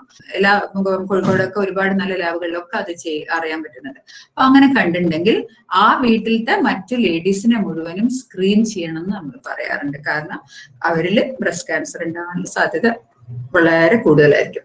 ഇനി ഞാൻ നേരത്തെ പറഞ്ഞു P53 ജീൻ മ്യൂട്ടേഷൻ, അത് ഞാൻ പറഞ്ഞു ട്യൂമർ നെക്രോസിങ് ട്യൂമർ സപ്രസർ ജീനാണ്. അത് ഒരു ക്യാൻസർ മാത്രമല്ല കുറെ ക്യാൻസറുകൾ ഉണ്ടാകും P53 ജീൻ മ്യൂട്ടേഷൻ വരുമ്പോൾ. അതും ഇതേമാതിരി ഹെറിഡിറ്ററി വരുന്നതാണ്. ഇനി ഇമ്മ്യൂണിറ്റി ഞാൻ നേരത്തെ പറഞ്ഞു HIV എയ്ഡ്സിലാണ് ഏതാണ് ക്യാപ്സോസി സർക്കോമ എന്ന് പറഞ്ഞിട്ടൊരു മലിഗ്നൻസി ഉണ്ടാക്കുന്നുണ്ട്. പിന്നെ ഇമ്മ്യൂണോ സപ്രഷൻ ഉള്ളത് കൊണ്ട് കുറെ ഇതിനൊരു ലയബിലിറ്റി എപ്പോഴും എന്താ പറയാ ഇമ്മ്യൂണോ സപ്രഷൻ വരുന്ന സമയത്ത് ഈ ഇൻഫെക്ഷൻസ് അതായത് ക്യാൻസർ ഉണ്ടാക്കാൻ സാധ്യതയുള്ള കുറെ ഇൻഫെക്ഷൻസ് വരാനുള്ള പ്രോബബിലിറ്റി വളരെ കൂടുതലായിരിക്കും ഇമ്മ്യൂണോ സപ്രസ്ഡ് ആണെങ്കിൽ. ഞാൻ നേരത്തെ പറഞ്ഞു ഹെപ്പറ്റൈറ്റിസ് ബി ഹെപ്പറ്റൈറ്റിസ് സി ഇതൊക്കെ തന്നെ ലിവർ ക്യാൻസർ ഉണ്ടാക്കും, HCC ഉണ്ടാക്കാൻ ചാൻസ് ഉള്ളതാണ് ആ ഇൻഫെക്ഷൻ ഉണ്ടെങ്കിൽ. അതേമാതിരി സെർവൈക്കൽ ക്യാൻസർ ഉണ്ടാക്കാൻ ഹ്യൂമൻ പാപ്പിലോമ വൈറസ് ഇൻഫെക്ഷൻ ഉണ്ടാവാൻ ചാൻസ് ഉണ്ടെങ്കിൽ അത് ഇമ്മ്യൂണിറ്റി അനുസരിച്ചിരിക്കും. വൈറസ് നോക്കൂ, ഹെപ്പറ്റൈറ്റിസ് ബി ലിവർ ക്യാൻസർ ആണ്. ഹ്യൂമൻ ടീസെൽ ലുക്കീമിയ വൈറസ് അത് ലുക്കീമിയ ഉണ്ടാക്കും. എപ്സ്റ്റീൻ ബാർ വൈറസ് കുറേ ക്യാൻസർ ഉണ്ടാക്കും, ഒന്നും രണ്ടൊന്നല്ല. അതിന്റെ അതുകൊണ്ട് ഒരുപാട് മ്യൂട്ടേഷൻ ഉണ്ടാക്കുന്ന വൈറസ് ആണ് Epstein Barr virus. Human papilloma virus HPV ഞാൻ പറഞ്ഞു CA സെർവിക്സ് ആണ്, സർവൈക്കൽ ക്യാൻസർ ആണ്. നോക്കൂ, നോൺ ഇൻഫെക്റ്റഡ് വിമൻ ആണെങ്കിൽ വെരി ലോ റിസ്ക് ആണ് സർവൈക്കൽ ക്യാൻസർ. അതേസമയം HPV ഇൻഫെക്റ്റഡ് ആയിട്ടുള്ള ഒരു ലേഡിക്കാണെങ്കിൽ ഹൈ റിസ്ക് ആണുള്ളത്. ഇനി ബാക്ടീരിയ, ചില ബാക്ടീരിയകൾ ക്യാൻസർ ഉണ്ടാക്കുന്നത് H. pylori. H. pylori എന്ന് പറഞ്ഞു കഴിഞ്ഞാൽ നമ്മളെ വയറിലുള്ള പൈലോറസ് അതിന്റെ അവിടെ ഉണ്ടാവുന്ന ബാക്ടീരിയ ആണ്. ഈ ബാക്ടീരിയ പണ്ട് കാലത്ത് ഇപ്പൊ ഈ ബാക്ടീരിയ കണ്ടുപിടിച്ചിട്ട് ഇപ്പൊ നൊബൽ പ്രൈസ് ആണ്, ഇപ്പം ഈ അടുത്താണ് നൊബൽ ലോറേറ്റ് ആയത്. അത് കണ്ടുപിടിച്ച ആളാ ഈ ബാക്ടീരിയന്. ഈ ബാക്ടീരിയ കണ്ടുപിടിച്ചതിന് ശേഷമാണ് നമുക്ക് വയറിലുള്ള ulcer major cause H. pylori ആണെന്ന് മനസ്സിലാക്കി തുടങ്ങിയതും ഇതിനുള്ള ആന്റിബയോട്ടിക് യൂസ് ചെയ്യാൻ തുടങ്ങിയതിനു ശേഷം ഒരുപാട് ആൾക്കാരിൽ അൾസർ പ്രിവെന്റ് ചെയ്യാനും അൾസർ മാറ്റാനും കഴിയും. ഈ അൾസർ മാലിഗ്നൻസി ആയി തിരിയുന്നു എന്ന് പറയുന്ന ഒരു റീസൺ ഈ H. pylori ഇൻഫെക്ഷൻ ആണ്. പിന്നെ വേറെ പാരസൈറ്റ്സ് പറയുന്നതാണ് സിസ്റ്റോസോമിയ, ക്ലോണോർക്കിസ് സൈനൻസിസ്. ഇതൊക്കെ സിസ്റ്റോസോമിയ ഒക്കെയാണ് CA ബ്ലാഡർ ഉണ്ടാക്കുന്ന ബാക്ടീരിയ പാരസൈറ്റ് ആണ്. നോക്കൂ, estimated burden of cancer from infection world wide ആയിട്ടുള്ള 2000 കണക്കാണത്. ഇൻഫെക്ഷൻ നോക്കൂ, ലിവറിലാണെങ്കിൽ ഫ്ലൂക്സ് കൊണ്ട് ഹെപ്പറ്റൈറ്റിസ് ബി ഹെപ്പറ്റൈറ്റിസ് സി ഇതുകൊണ്ട് വരുന്നത്, സെർവിക്സിലാണെങ്കിൽ ഹ്യൂമൻ പെപ്പിലോമ വൈറസ് കൊണ്ടുവരുന്നത്, സ്റ്റൊമക്കിലാണെങ്കിൽ H. pylori, കാപ്സോസി, HIV റിലേറ്റഡ് ആയിട്ടുള്ളത്. പിന്നെ നോൺ ഹോട്ട്സ്കിൻസ് ലിംഫോമയാണ് ഈ H. pylori കൊണ്ടും വരാം, എപ്സ്റ്റീൻ ബാർ വൈറസ് കൊണ്ടുവരാം, HIV കൊണ്ട്. എപ്സ്റ്റീൻ ബാർ വൈറസ് നേരത്തെ ഞാൻ പറഞ്ഞു 2-3 സ്ഥലത്ത് ഇൻഫെക്ഷൻ ഉണ്ടാക്കുന്ന സാധനമാണ്. ഒന്ന് നോൺ ഹോട്ട്സ്കിൻസ് ലിംഫോമ ഉണ്ടാക്കും, ഏനോജനായിട്ടുള്ള ഹ്യൂമൻ പാപ്പിലോമ വൈറസ് അത് തന്നെയാണ് CA സെർവിക്സിൽ ഉണ്ടാക്കുന്നത്, അസുഖം ഉണ്ടാക്കുന്നത്. പിന്നെ നേസോഫാരഞ്ചലായിട്ട് മൂക്കുന്ന ബ്ലീഡിംഗ് ഒക്കെ. എപ്സ്റ്റൈൻ-ബാർ വൈറസ് അങ്ങനെയാണ്, മൂക്കിലൊക്കെ വന്നിട്ട് ഫുള്ള് ബ്ലീഡിംഗ് ഒക്കെ വരും. വരുന്ന മാലിഗ്നൻസി. ഹോട്ട് സ്കിൻസും ഉണ്ടാക്കും Epstein-bar virus. HIV hot skins ഉണ്ടാക്കും. ബ്ലാഡറിൽ, യൂറിനറി ബ്ലാഡറിൽ ഉണ്ടാക്കുന്ന ഒരു പാരസൈറ്റ് ആണ് സിസ്റ്റോസോമ. അതേപോലെ ലുക്കീമിയ, HTLV നേരത്തെ ഞാൻ പറഞ്ഞു. 17.9% ഇൻഫെക്ഷൻ കൊണ്ടാണ് വരുന്നത് ക്യാൻസർ. ഇനി കെമിക്കൽസ്, ആൽക്കഹോൾ ഏറ്റവും ഇമ്പോർട്ടന്റ് ആയിട്ടുള്ള ഒരു കെമിക്കലാണ്. എന്ത് ക്യാൻസർ വരെ ആൽക്കഹോൾ ഉണ്ട്? Liver, HCC, liver cancer. അതെങ്ങനെയാണെന്ന് വെച്ചാൽ ആദ്യം ലിവറിന്റെ അതിന്റെ ടെക്സ്ചറൊക്കെ മാറ്റിയിട്ട് സിറോസിസ് ഉണ്ടാക്കും. സിറോസിസ് വന്നു കഴിഞ്ഞാൽ പിന്നെ അത് ഹ്യൂമൻ ഹെപ്പറ്റോസെല്ലുലാർ കാർസിനോമ, HCC ഉണ്ടാക്കും ആൽക്കഹോൾ. ആസ്പെറ്റോസ് ഉണ്ടാക്കും. അത് ലങ്ങിലാണ് കൂടുതലായിട്ട് ഉണ്ടാവുന്നത്. ലങ്ങില് ക്യാൻസർ ഉണ്ടാക്കാൻ കഴിയുന്ന ഒരു കെമിക്കലാണ് ആസ്പെറ്റോസ്. ഇനി വുഡ് ഡസ്റ്റ് കൊണ്ട് അങ്ങനെ തന്നെ ലങ്ങിലുണ്ടാവും. ഇൻഹേൽ ചെയ്തിട്ട് വരുന്ന തകരാറുകൾ കൊണ്ടുവരാം. റബ്ബർ, പ്ലാസ്റ്റിക്, ഡൈസ്, ഇതിനൊക്കെ ക്യാൻസർ ഉണ്ടാക്കും. ടാർ കൊണ്ടുണ്ടാവും, ബിറ്റുമിൻ കൊണ്ടുണ്ടാവും. എഫ്ലടോക്സിൻ, ടാറിൽ നമ്മൾ കോൾട്ടാർ കളേഴ്സ് ഇല്ലേ, നമ്മൾ പണ്ട് കാലത്ത് ഫുഡ് കളർ ആയിട്ട് കോൾട്ടാർ കളേഴ്സ് ആയിരുന്നു യൂസ് ചെയ്യുന്നത്. അത് വളരെ ക്യാൻസർ ചാൻസ് ഉണ്ടാക്കുന്ന ഫുഡ് കളേഴ്സ് ആയിരുന്നു. അതുകൊണ്ടാണ് ഇപ്പൊ അതൊക്കെ ബാൻ ചെയ്തത്. എഫ്ലടോക്സിൻ എന്ന് പറയുന്നത് എന്തെന്നുണ്ടാക്കുന്നതാണ്? ഫംഗസ് ഉണ്ടാക്കുന്ന ടോക്സിൻസ് ആണ്. എഫ്ലടോക്സിൻസ് ലിവറിലും GIT-യിലും മറ്റു ഗാസ്ട്രോഇന്റെസ്റ്റിനൽ ട്രാക്റ്റിലും മാലിഗ്നൻസി ഉണ്ടാക്കാൻ കഴിവുള്ള കെമിക്കലാണ്. ഇനി ആൽക്കലൈറ്റിംഗ് ഏജൻസ് കൊണ്ട് ക്യാൻസർ ഉണ്ടാവും. ടൊബാക്കോ ആണ് ഏറ്റവും കൂടുതൽ ക്യാൻസർ ഉണ്ടാക്കുന്ന chemical. Smoking single biggest cause of cancer ആണ് സ്മോക്കിംഗ് എന്ന് പറയുന്നത്. 25 to 40% of smokers die in middle age. അതും ലങ് ക്യാൻസറിന് 9 to 10 ലങ് ക്യാൻസർ ആണ് അതിൽ വരുന്നത്. അതായത് 1950-ലാണ് നമ്മൾ ആദ്യമായിട്ട് മനസ്സിലായത് ഇത് ടൊബാക്കോ ലങ് ക്യാൻസർ ഉണ്ടാക്കുന്നു എന്നുള്ളത്. അപ്പൊ ഏറ്റവും സിംഗിൾ ബിഗസ്റ്റ് കോസ് എന്ന് പറയുന്നത് ക്യാൻസറിന് സ്മോക്കിംഗ് ആണ്. ഈ സ്മോക്കിംഗ് ഒഴിവായി തന്നെ അത്രയും അധികം കോസ് നമുക്ക് ഒഴിവാക്കാൻ പറ്റും. അതിന്റെ ഈ സ്മോക്ക് ചെയ്യുന്ന ആൾക്ക് മാത്രമല്ലല്ലോ ഇഷ്യൂ ഉണ്ടാകുന്ന, പാർഷ്യൽ സ്മോക്കിംഗ് വഴി അടുത്തിരിക്കുന്ന ആൾക്ക് പോലും ക്യാൻസർ ഉണ്ടാക്കുന്ന ഒരു കെമിക്കലാണ് ടൊബാക്കോ. നോക്കൂ, ആൽക്കഹോൾ സ്വന്തമാണെങ്കിൽ ഇത്ര പെർസെന്റേജ് ഇതാണ്ട് വെച്ചാൽ റിസ്ക് ആണെങ്കിൽ ആൽക്കഹോളും സിഗരറ്റും കൂടി വരുമ്പോഴത്തേക്ക് റിസ്ക് 40%, 40 ആണ് വരുന്നത്. എവിടെയൊക്കെയാണ് വരുന്നത്? ക്യാൻസർ ഓഫ് ഈസോഫേഗസ് കൂടുതലായിട്ട്. പിന്നെ ഇൻഡസ്ട്രിയൽ പൊല്യൂഷൻ കൊണ്ടും ക്യാൻസർ ഉണ്ടാവാൻ ചാൻസ് വളരെ കൂടുതൽ. നമുക്കറിയാം ഗോളറൈൻസ് കൂട്ടാൻ തന്നെ കാരണം ഒരുപാട് സമരങ്ങളും ഒരുപാട് പ്രശ്നങ്ങളും ഉണ്ടായത് ആ ഏരിയ മുഴുവനും ഒരുപാട് കേസസ് ഓഫ് ക്യാൻസേഴ്സ് ഉണ്ടായതുകൊണ്ടാണ്. ഫിസിക്കൽ കോസസ് ആണ് റേഡിയേഷൻസ് ഒക്കെ വരുന്നത്. അതിൽ അൾട്രാവയലറ്റ് റേഡിയേഷൻ കൊണ്ടുവരാം, സൺലൈറ്റ് കൂടുതലായിട്ട് എക്സ്പോസ് ചെയ്യുന്നതുകൊണ്ട് വരാം, സർട്ടൻ ഇൻഡസ്ട്രിയൽ സോഴ്സസ് വരാം റേഡിയേഷൻ. അതേപോലെ തന്നെ റേഡിയേഷൻ റാഡോൺ, ഏറ്റവും സിമ്പിൾ റാഡോൺ ഏറ്റവും കൂടുതൽ ഗ്രാനൈറ്റ് സ്ഥലത്ത് കൂടുതലായിട്ട് ഉണ്ടാവുന്ന ഒരു റേഡിയേഷൻ ആണ് റാഡോൺ. നമ്മള്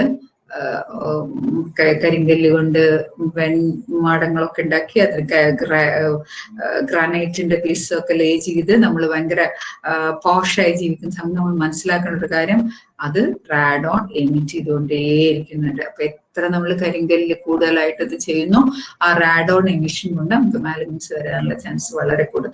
ഈ ബെല്ലാരി പോലത്തെ റീജിയനിൽ അവിടെയൊക്കെ ഭയങ്കര കോറീസ് ആണുള്ളത്, കരിങ്കല്ലിന്റെ കോറീസ്, ഇങ്ങനെ ഗ്രാനൈറ്റ് കോറീസ് ആണ്.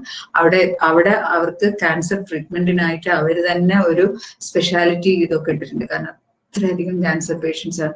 നമ്മൾ ഈ മനുഷ്യർ പുഴുക്കളെ പോലെ ജീവിക്കുന്നു എന്ന് പറഞ്ഞ സ്ഥലങ്ങളിൽ ഒന്നാണ് ഈ പറഞ്ഞ സ്ഥലമൊക്കെ.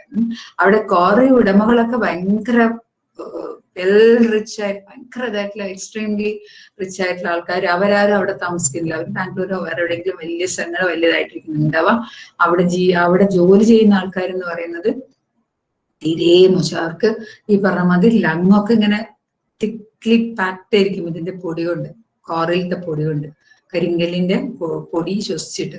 അപ്പൊ എവിടെയും ക്യാൻസർ ഇല്ലാത്ത ഒരു സ്ഥലം അവര് ഉണ്ടാവില്ല. തുച്ഛമായ വേതനത്തിന് വേണ്ടിയിട്ട് കഷ്ടപ്പെട്ടിട്ട് അസുഖം വാങ്ങിവെച്ച് വളരെ ചെറിയ പ്രായത്തിൽ തന്നെ മരിച്ചു പോകുന്ന ആൾക്കാരാണ് അങ്ങനെയുള്ള റീജിയൻ. അപ്പൊ അതൊക്കെ വെച്ച് നോക്കുമ്പോൾ നമ്മള് മലയാളികൾ ശരിക്കും ഭാഗ്യവാന്മാരാണ്. അങ്ങനെ കാരണം അവർക്ക് ജീവിക്കാൻ വേറെ വഴിയില്ല, അവരെ നാട്ടിൽ നിന്നൊക്കെ പോകാൻ പറ്റില്ല.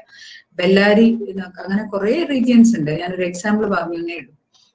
പിന്നെ റേഡിയേഷൻ, ക്യാൻസർ ട്രീറ്റ്മെന്റിൽ എടുക്കുന്ന റേഡിയേഷൻ കൊണ്ടും ക്യാൻസർ ഉണ്ടാവാം. കാരണം ഹോട്ട്സ്കിൻസ് ലിംഫോമയൊക്കെ ഏറ്റവും കൂടുതൽ ഉണ്ടാവാൻ ഒരു റീസൺ പറയുന്നത് ക്യാൻസർ ട്രീറ്റ്മെന്റിന് ശേഷം വരുന്ന ഒരു ക്യാൻസറാണ്.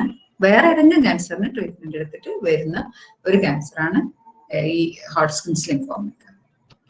ഈ ഒബിസിറ്റി, ലൈഫ് സ്റ്റൈൽ, ഈ ലൈഫ് സ്റ്റൈൽ കൊണ്ട് ഏറ്റവും കൂടുതൽ മാലിഗ്നൻസി ഉണ്ടാക്കുന്ന ഭാഗങ്ങളാണ് ലിവറും അതേപോലെ GIT വരുന്നു. ഹൈ കാലറിക് ഡയറ്റ് ആകുമ്പോൾ rich in fat, refined carbohydrates, animal protein ഇതൊക്കെ വളരെ കൂടുതൽ യൂസ് ചെയ്യുന്നു. പിന്നെ ഫിസിക്കൽ ആക്ടിവിറ്റി വളരെ കുറവ്, ഇങ്ങനെയൊക്കെ ഉള്ള ഒരു ഏറ്റവും വലിയ കോൺസിക്വൻസ് എന്ന് പറയുന്നത് ക്യാൻസർ ആണ്. പിന്നെ ഡയബറ്റീസ് ഉണ്ട്, കാർഡിയോവാസ്കുലർ ഡിസീസ് ഉണ്ട്. ഇതൊക്കെ കോൺസിക്വൻസസ് ആണ് ഇത് ലൈഫ് സ്റ്റൈൽ ഇത്രയും മോശമായതുകൊണ്ട്. പക്ഷെ ഈ കോൺസിക്വൻസിൽ നമ്പർ 1 എന്ന് പറയുന്നത് ക്യാൻസർ ആണ്. അപ്പൊ നോക്കൂ, ഹൈ കാലറിക് ഡയറ്റ് എന്നുള്ള ഫാറ്റ് കൂടുതലുള്ളതും റിഫൈൻഡ് കാർബോഹൈഡ്രേറ്റ്സ് ഉദ്ദേശിക്കുന്നത് എന്താണെന്ന് വെച്ചാൽ നമ്മൾ ശരിക്ക് അരി, നമ്മൾ നേരത്തെ നിങ്ങളൊക്കെ പഠിച്ചിട്ടുണ്ടാവായിരിക്കും, അരി വേവിച്ച്, നെല്ല് വേവിച്ച് അതിന്റെ തവിടോട് കൂടിയുള്ള ചോറാണ് നല്ലതെന്നൊക്കെ പറഞ്ഞു. പക്ഷെ നമ്മൾ ഈ അതേമാതിരി ഗോതമ്പും ഹോൾ വീറ്റ് ആയിട്ടുള്ളതാണ് നല്ലത്. അതേസമയം നമ്മളതിങ്ങനെ കട്ടിട്ട് ഒരു വീറ്റിനെ നമ്മൾ ലാസ്റ്റില് മൈദേന്റെ അവസ്ഥ ഭയങ്കര ഫൈൻ പൗഡർ ആക്കുന്ന സമയത്തേക്ക് അത് റിഫൈൻഡ് ആയിട്ടുള്ള കാർബോഹൈഡ്രേറ്റ് ആണ്. അതില് ഫൈബറിന്റെ കണ്ടന്റേ ഇല്ല, അത് മുഴുവനും കെമിക്കലി ചേഞ്ച് വന്നിട്ടുണ്ടാവും. അങ്ങനെയുള്ള സാധനങ്ങൾ യൂസ് ചെയ്യുമ്പോൾ അതിന് ഈ ഒരുപാട് വെയിറ്റും വെക്കും, പക്ഷെ ഇതിന്റെ ക്വാളിറ്റീസ് ഒന്നും ഉണ്ടാവില്ല. അങ്ങനെ വരുമ്പോൾ മാലിഗ്നൻസി ഉണ്ടാവാനുള്ള ചാൻസ് വളരെ GIT-യിൽ മാലിഗ്നൻസി ഉണ്ടാവാനുള്ള ചാൻസ് വളരെ കൂടുതലാണ്. അതുകൊണ്ടാണ് നമ്മൾ പറയുന്നത് അധികം റിഫൈൻ ചെയ്യാത്ത കാർബോഹൈഡ്രേറ്റ്സ് വേണം നമ്മൾ യൂസ് ചെയ്യാൻ. അതായത് നിങ്ങൾക്ക് വലിയ 2 റവ നിങ്ങൾക്ക് തന്നു എന്ന് ചോദിച്ചോളൂ, ചെറിയ കുഞ്ഞു റവയും തന്നു വലിയ റവയും തന്നാലും നിങ്ങൾ അത് ഓപ്റ്റ് ചെയ്യേണ്ടത് എപ്പോഴും വലിയ തരിയുള്ള റവയാണ്. അതായത് എത്ര കട്ട് ചെയ്യുന്നോ അതിന്റെ ക്വാളിറ്റി കുറഞ്ഞു പോവുക ചെയ്യുന്നത്. പിന്നെ നമുക്കറിയാം ഈ മൈദയൊക്കെ വരുമ്പോഴത്തേക്ക് അതിന് കളറ് വരാൻ വേണ്ടിയിട്ട് അലോക്സാൻ പോലത്തെ സാധനങ്ങൾ ചേർത്തും അങ്ങനെയുള്ള മറ്റു പിന്നെ ബ്ലീച്ചിങ് ഏജൻസ് ചേർത്തും. അപ്പൊ അതൊക്കെ മാലിഗ്നൻസി ഉണ്ടാക്കാൻ ചാൻസ് ഉള്ള സാധനങ്ങളാണ്. ഇനി അതേപോലെ തന്നെ ലൈഫ് സ്റ്റൈൽ ഏറ്റവും ഇമ്പോർട്ടന്റ് ആയിട്ടുള്ള ഒരു സംഗതിയാണ്. നമുക്കിപ്പോ ആക്ടിവിറ്റീസ് വളരെ കുറവാണ്, ഫിസിക്കൽ എക്സസൈസ് ഇല്ല, ഒന്നുമില്ല. അതുകൊണ്ട് തന്നെ ഈ കഴിക്കണ സാധനം മുഴുവനും ഫുള്ള് കൂളപ്പ് ചെയ്യും, നമ്മളെ ബോഡിയിൽ അങ്ങ് നിറഞ്ഞു നിൽക്കും. കാർബോഹൈഡ്രേറ്റ്സ് കൂടുതൽ കഴിക്കുമ്പം എന്തുണ്ടാവും, നേരത്തെ സ്റ്റോർ ചെയ്ത ഫാറ്റ് യൂസ് ചെയ്യേ ഇല്ല. അപ്പൊ ആ ഫാറ്റ് അവിടെ ഇവിടെയൊക്കെ പോയി സ്റ്റോർ ചെയ്ത് നിൽക്കും. അതുകൊണ്ടാണ് നമ്മൾ പറയുന്നത് ഡയബറ്റീസിനായാലും കാർഡിയോവാസ്കുലർ ഡിസീസിനാണെങ്കിലും നമ്മൾ കൺട്രോൾ ചെയ്യുമ്പോൾ, ഫുഡ് കൺട്രോൾ ചെയ്യുമ്പോൾ ഫാറ്റ് മാത്രം കൺട്രോൾ ചെയ്താൽ പോരാ, കാർബോഹൈഡ്രേറ്റും കൂടെ കൺട്രോൾ ചെയ്യുമ്പോൾ സ്റ്റോറിന്റെ അളവ് അല്ലെങ്കിൽ സ്റ്റാർച്ചിന്റെ അളവും കൂടെ കൺട്രോൾ ചെയ്യണം. എന്തിനു വേണ്ടിയിട്ടാ? ഈ സ്റ്റാർച്ചിന്റെ അളവ് കൺട്രോൾ ചെയ്താൽ മാത്രമേ ആവശ്യത്തിന് നമ്മൾ വെറുതെ ഇരുന്നാൽ പോരാ, ഫിസിക്കലി ആക്റ്റീവ് ആവണം, എക്സസൈസുകൾ എടുക്കണം. അങ്ങനെയൊക്കെ ചെയ്യുന്ന സമയത്ത് ഈ ഫാറ്റ്, ശരീരത്തിലുള്ള ഫാറ്റിനെ യൂട്ടിലൈസ് ചെയ്യണമെങ്കിൽ നമുക്ക് റെഡി ആയിട്ട് എനർജി തരുന്ന കാർബോഹൈഡ്രേറ്റിന്റെ ഇൻടേക്ക് കുറയ്ക്കണം. അപ്പൊ അതുകൊണ്ടാണ് അരിഭക്ഷണവും ഗോതമ്പ് അങ്ങനെ സാധനങ്ങളും കുറയ്ക്കണം എന്ന് പറയുന്നത്. വെറും ഫാറ്റ് മാത്രം കുറച്ചാൽ പോരാ, അതും കുറയ്ക്കണം. എന്നിട്ട് ഫിസിക്കൽ ആക്ടിവിറ്റി കൂട്ടണം, എന്നാലേ സ്റ്റോർ ചെയ്ത ഫാറ്റ് യൂസ് ചെയ്യാൻ പറ്റുള്ളൂ. ഓക്കെ,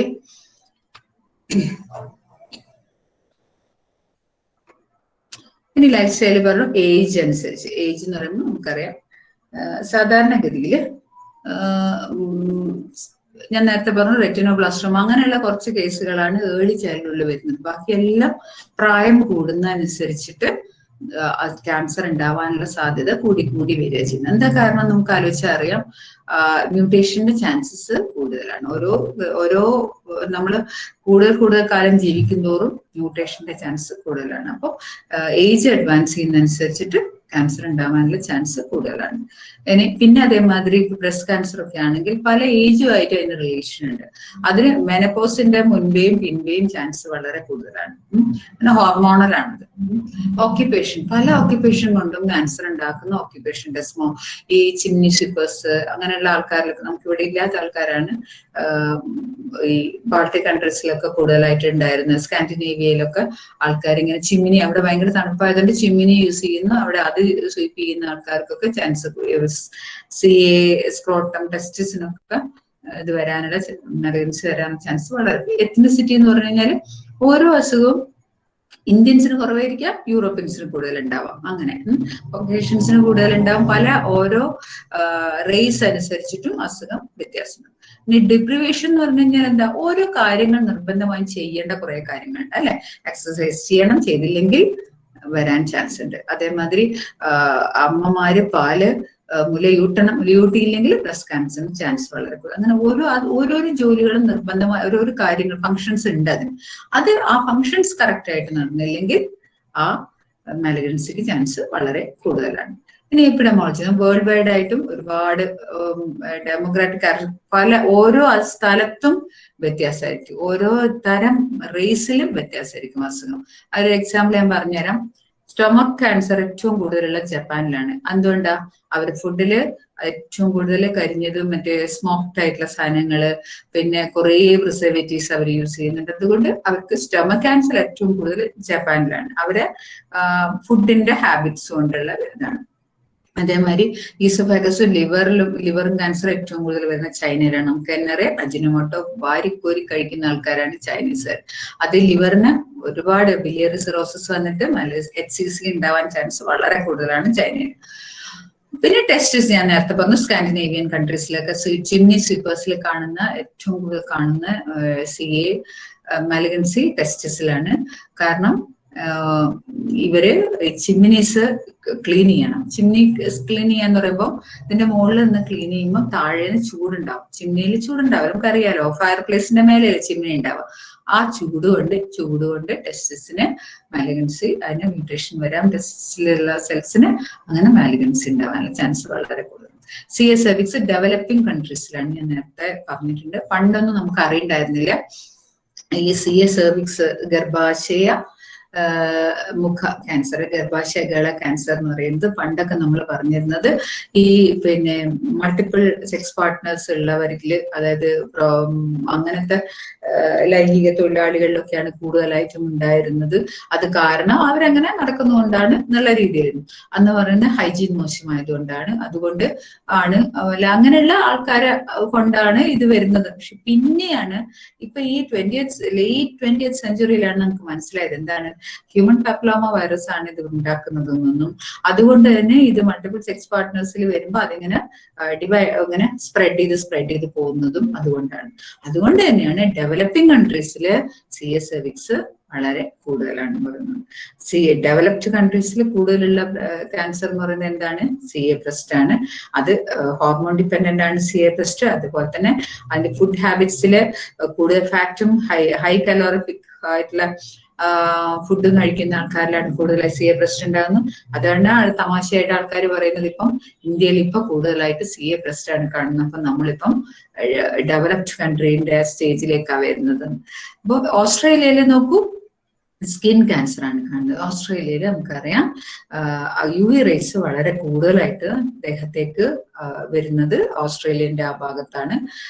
മറ്റേ ഓസോൺ പാളികളിൽ ഇത് വന്നതും പിന്നെ അതുകൊണ്ട് കൂടുതലായിട്ടും UV റേസ് ഉള്ളിലേക്ക്, കോസ്മിക് റേസ് ഉള്ളിലേക്ക് വരുന്ന. അതേപോലെ തന്നെ നമ്മളെ യൂണിവേഴ്സിന്റെ പല ഭാഗങ്ങളിലും ഈ റേസ് പതിക്കുന്നതിന്റെ അളവ് വ്യത്യാസമുണ്ട്. അപ്പൊ UV റേസ് ഏറ്റവും കൂടുതൽ വരുന്നത് ഈ ഓസ്ട്രേലിയന്റെ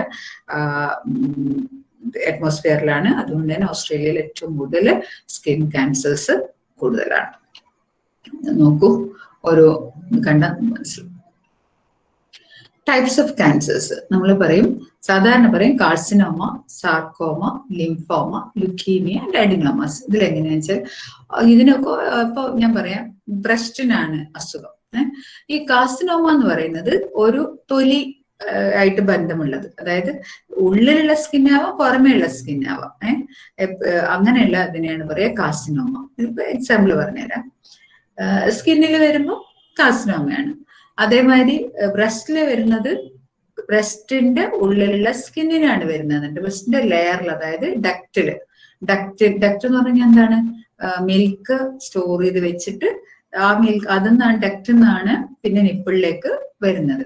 അപ്പൊ ആ ഡക്റ്റിന്റെ ഉള്ളിലാണ് വരുന്നതെന്നുണ്ടെങ്കിൽ ഡക്റ്റിന്റെ ഉള്ളിലുള്ള ഇന്നർ ലൈനിങ് ഓഫ് സ്കിന്നിനാണ് ക്യാൻസർ വരുന്നത്. സ്കിൻ എന്ന് പറഞ്ഞാൽ ഞാൻ ഉദ്ദേശിക്കുന്നത് അതിന്റെ തൊലി, പുറമേയുള്ള സ്കിൻ അല്ല, എപ്പിഡെമിസ് അല്ല, അതിന്റെ ഉള്ളിലത്തെ.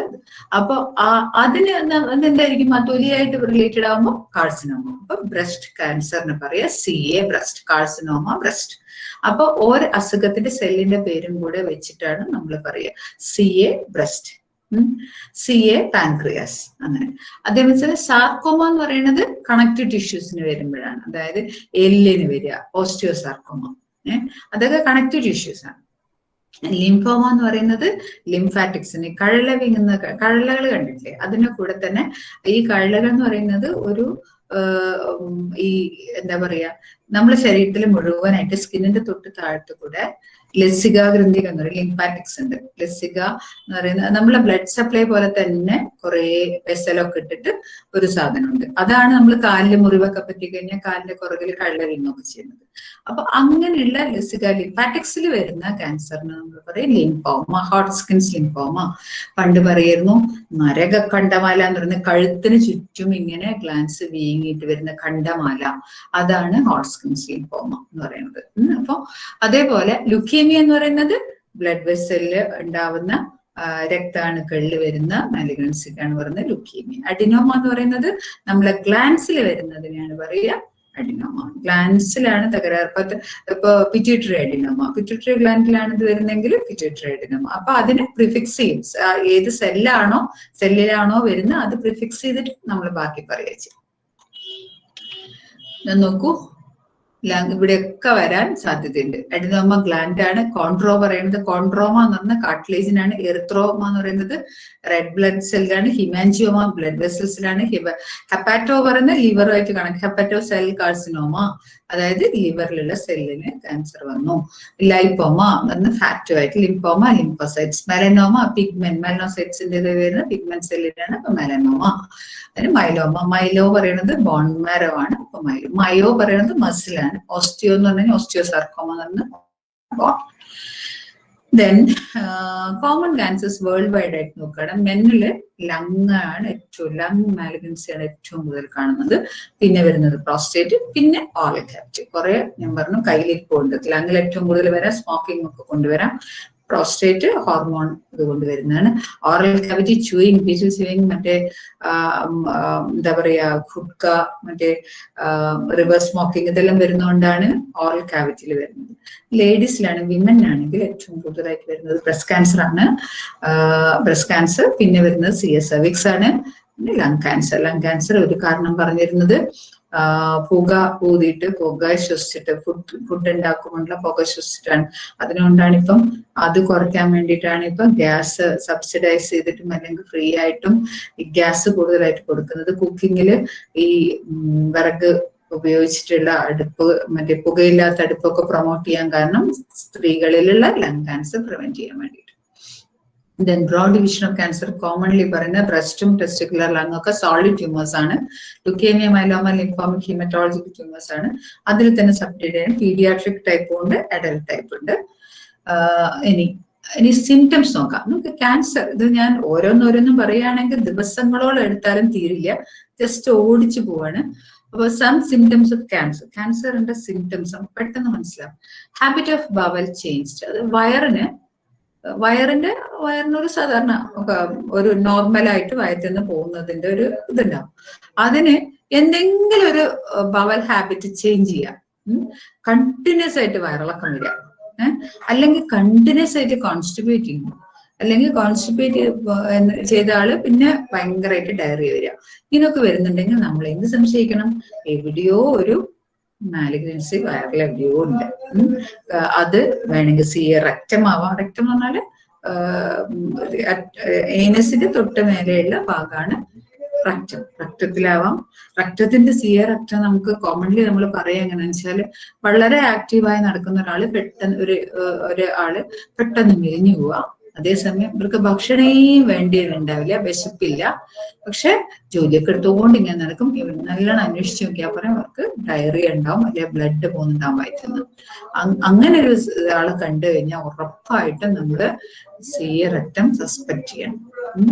അതേപോലെ തന്നെയാണ് വയറ്റുന്ന ബ്ലീഡിങ് ഉണ്ടോ നോക്കാം. വയറ്റുന്ന എവിടെയെങ്കിലും ബ്ലീഡിങ് നമുക്കറിയാം, മേലെ ഭാഗത്താണെന്ന് ബ്ലീഡിങ് എങ്കിൽ അത് ഡൈജസ്റ്റ് ചെയ്തിട്ട് കറുത്ത കളറിലാണ് വയറ്റുന്ന പോവാ. അതേസമയം താഴെ ഭാഗത്താണെങ്കിൽ ഫ്രഷ് ബ്ലഡ് തന്നെയാണ് പോവാ, നല്ല ബ്ലഡ് ആയിട്ട് പോവാ. പെയിൻ ഒന്നും പെട്ടെന്നില്ലാണ്ട് ഇങ്ങനെ ബ്ലീഡ് ചെയ്ത് പോകുന്നുണ്ടെങ്കിൽ നമ്മൾ എന്തായാലും സംശയിക്കണം, മാലിഗ്നൻസിനെ സംശയിക്കണം. അതേമാതിരി വേറെ വേദനയൊക്കെ പിന്നെയേ വരുള്ളൂ. ഇനി consistent cough or blood in saliva represent simple infections like bronchitis. നമ്മള് സാധാരണ അങ്ങനെ ചുമ നമ്മൾ സാധാരണ 2 ആഴ്ച വരെ ഒരു ചുമയെ നമ്മൾ കണക്കാക്കാൻ പാടുള്ളൂ. 2ൽ കൂടുതൽ ഉണ്ടെങ്കിൽ നമ്മൾ ഉടനെ സംശയിക്കണം, എന്തോ ഒരു പ്രശ്നമുണ്ട്. TB ഉണ്ടാവാം, അല്ലെങ്കിൽ മാലിഗ്നൻസി എന്തെങ്കിലും ആയിരിക്കണം. 2 ആഴ്ചയിൽ കൂടുതൽ നമ്മൾ ഒരു ചുമയെ വെച്ചുകൊണ്ടിരിക്കാൻ പാടില്ല. അതേപോലെ അൺഎക്സ്പ്ലെയിൻഡ് അനീമിയ, വലിയ പ്രശ്നമൊന്നും ഇല്ലാത്ത ഒരാൾ പെട്ടെന്ന് ഇങ്ങനെ ക്ഷീണിച്ച് മെലിഞ്ഞ് വെള്ളറി ഇതായി പോകുന്നു, പ്രത്യേകിച്ച് കാരണങ്ങളൊന്നുമില്ല. അതായത് അയാൾക്ക് ബ്ലീഡിങ് ഇല്ല എവിടെന്നും. ഇപ്പൊ സിവിയർ ബ്ലീഡിംഗ് ഉള്ള ആൾക്ക് അനീമിയ വന്ന് നമുക്ക് മനസ്സിലാക്കാം ബ്ലഡ് ലോസ് ഉണ്ടാകും, അല്ലെങ്കിൽ പെട്ടെന്ന് മുറിവോ ഒന്നും വന്നിട്ടില്ല, എന്നാലും മെലിഞ്ഞ് ഇങ്ങനെ വെള്ളറി വെളുത്തു പോയിട്ടുണ്ട്. നമ്മൾ ബ്ലഡിൽ നോക്കുമ്പോഴത്തേക്ക് 6ന്റെ താഴെ ഹീമോഗ്ലോബിൻ ഉണ്ടെങ്കിൽ ഷുവർ ആയിട്ടും ഹീമോഗ്ലോബിനോപ്പതീസ് എന്തോ ആണ്, അല്ലെങ്കിൽ ഇതേമാതിരി മാലിഗ്നൻസി ഉണ്ടാവാനുള്ള ചാൻസ് വളരെ ലുക്കേമിയമായിട്ടുള്ള എന്തോ ഒരു സംഭവം ഉണ്ട് നമ്മൾ സംശയിക്കണം. അതുപോലെ അടുത്തത് ബ്രസ്റ്റ് ലംസ്. ഈ ബ്രസ്റ്റിൽ എവിടെയെങ്കിലും മുഴകൾ കാണുന്നുണ്ടെങ്കിൽ നമ്മള് ഇതൊരു ക്യാൻസർ ആയ സംശയിക്കണം, നിർബന്ധമില്ല. ബ്രസ്റ്റ് ലംസ് ബിനൈൻ ആയിട്ടുള്ള സാധനത്തിനും വരും. അപ്പൊ നമ്മള് എന്തൊക്കെയാ ചെയ്യാം, മാമോഗ്രാം ചെയ്യാം, അൾട്രാസൗണ്ട് ചെയ്യാം, അതേമാതിരി FNAC എന്ന് പറഞ്ഞിട്ട് അതിന്ന് കുത്തിയെടുത്തിട്ട് പരിശോധിച്ചിട്ട് നോക്കാൻ പറ്റും. അതിലൊക്കെ നോക്കിയാൽ നമുക്ക് അറിയാൻ പറ്റും ബ്രസ്റ്റ് ക്യാൻസർ ആണോ ഇല്ലെന്ന്. ഏർലി സ്റ്റേജിൽ ബ്രസ്റ്റ് ക്യാൻസർ ഞാൻ നേരത്തെ പറഞ്ഞു 35% ബ്രസ്റ്റ് ക്യാൻസർ 5 വർഷം വരെ ഇൻസിറ്റു ആയിട്ട് കിടക്കും. ഇൻസിറ്റു പറഞ്ഞാൽ ആ സ്ഥലത്ത് മാത്രമായി കിടക്കും, മറ്റുള്ള കോശങ്ങളിലേക്ക് പോവാതെ. ആ സമയത്ത് നമുക്ക് കണ്ടുപിടിച്ചാൽ ചെറിയ ഒരു കുരു കീറിക്കളയുന്ന ലാഘവത്തോടു കൂടി ബ്രസ്റ്റ് ക്യാൻസറിനെ നമുക്ക് റിമൂവ് ചെയ്യാൻ പറ്റും. അതിന് കീമോ വേണ്ട, റേഡിയേഷൻ വേണ്ട, ഒന്നും വേണ്ട. അതേസമയം അങ്ങനെ ഒന്ന് കണ്ടിട്ട് നമ്മൾ നിഗ്ലക്ട് ചെയ്തിട്ട് അത് വലുതായി കഴിഞ്ഞു കഴിഞ്ഞാൽ മറ്റ് അവയവങ്ങളിലേക്ക് പോകുന്നു. ഈ കീമോയില് നിൽക്കില്ല, റേഡിയേഷനിൽ നിൽക്കില്ല. പിന്നെ നമുക്ക് ഏറ്റവും പ്രിവെന്റ് ചെയ്യാൻ പറ്റുന്ന ഒരു ക്യാൻസർ ആണ് ബ്രസ്റ്റ് ക്യാൻസർ. അതിന്റെ ഗ്രോത്ത് പ്രിവെന്റ് ചെയ്യാൻ പറ്റും, എല്ലാം പ്രിവെന്റ് ചെയ്യാൻ പറ്റും. ബ്രസ്റ്റ് ലംസ് ഏറ്റവും ശ്രദ്ധിക്കേണ്ട ഒരു സാധനമാണ്. അത് ജെൻസിനും വരാം, ഞാൻ പറഞ്ഞു 1:150 ആണ്. 150 സ്ത്രീകളിൽ വരുമ്പോൾ ഒരു പുരുഷനും ബ്രസ്റ്റ് ക്യാൻസർ ഉണ്ടാവും. നമ്മൾ ഒരു ഏജ് കഴിഞ്ഞു കഴിഞ്ഞാൽ ബ്രസ്റ്റ് പാൽപേറ്റ് ചെയ്ത് നോക്കണം, കൈകൊണ്ട് സെൽഫ് എക്സാമിനേഷൻ ചെയ്ത് നോക്കണം. എന്തെങ്കിലും ലെഫ്റ്റ് കൈ കൊണ്ട് റൈറ്റ് ഹാൻഡ് കൊണ്ട് ലെഫ്റ്റ് ബ്രസ്റ്റിനെയും നോക്കണം. അത് നോക്കുമ്പോൾ വിരലുകൾ കൊണ്ട് ഇങ്ങനെ പിടിച്ചല്ല നോക്കേണ്ടത്, വിരലുകൾ ഒരുമിച്ച് വെച്ചിട്ട് ഇങ്ങനെ ക്ലോക്ക് വൈസ് ആയിട്ട് ഇങ്ങനെ തിരിച്ചു നോക്കാൻ വേണ്ട, അല്ലെങ്കിൽ കൈയിന്റെ പാം യൂസ് ചെയ്തിട്ടാണ് നോക്കേണ്ടത്. അങ്ങനെ ഫുള്ള് ബ്രസ്റ്റ് മുഴുവനും അതേപോലെ തന്നെ ആക്സിലേലും നോക്കണം എവിടെയെങ്കിലും ലംപ് ഉണ്ടോ എന്നുള്ളത്. അല്ലാതെ നിങ്ങൾ വിരൽ വെച്ച് പിടിച്ചു കഴിഞ്ഞാൽ എത്ര നോർമൽ ബ്രസ്റ്റും നമുക്ക് ലംപി ആയിട്ട് ഫീൽ ചെയ്യും. കാരണം എന്താ, ഡെക്സ് ഉള്ളതുകൊണ്ട്.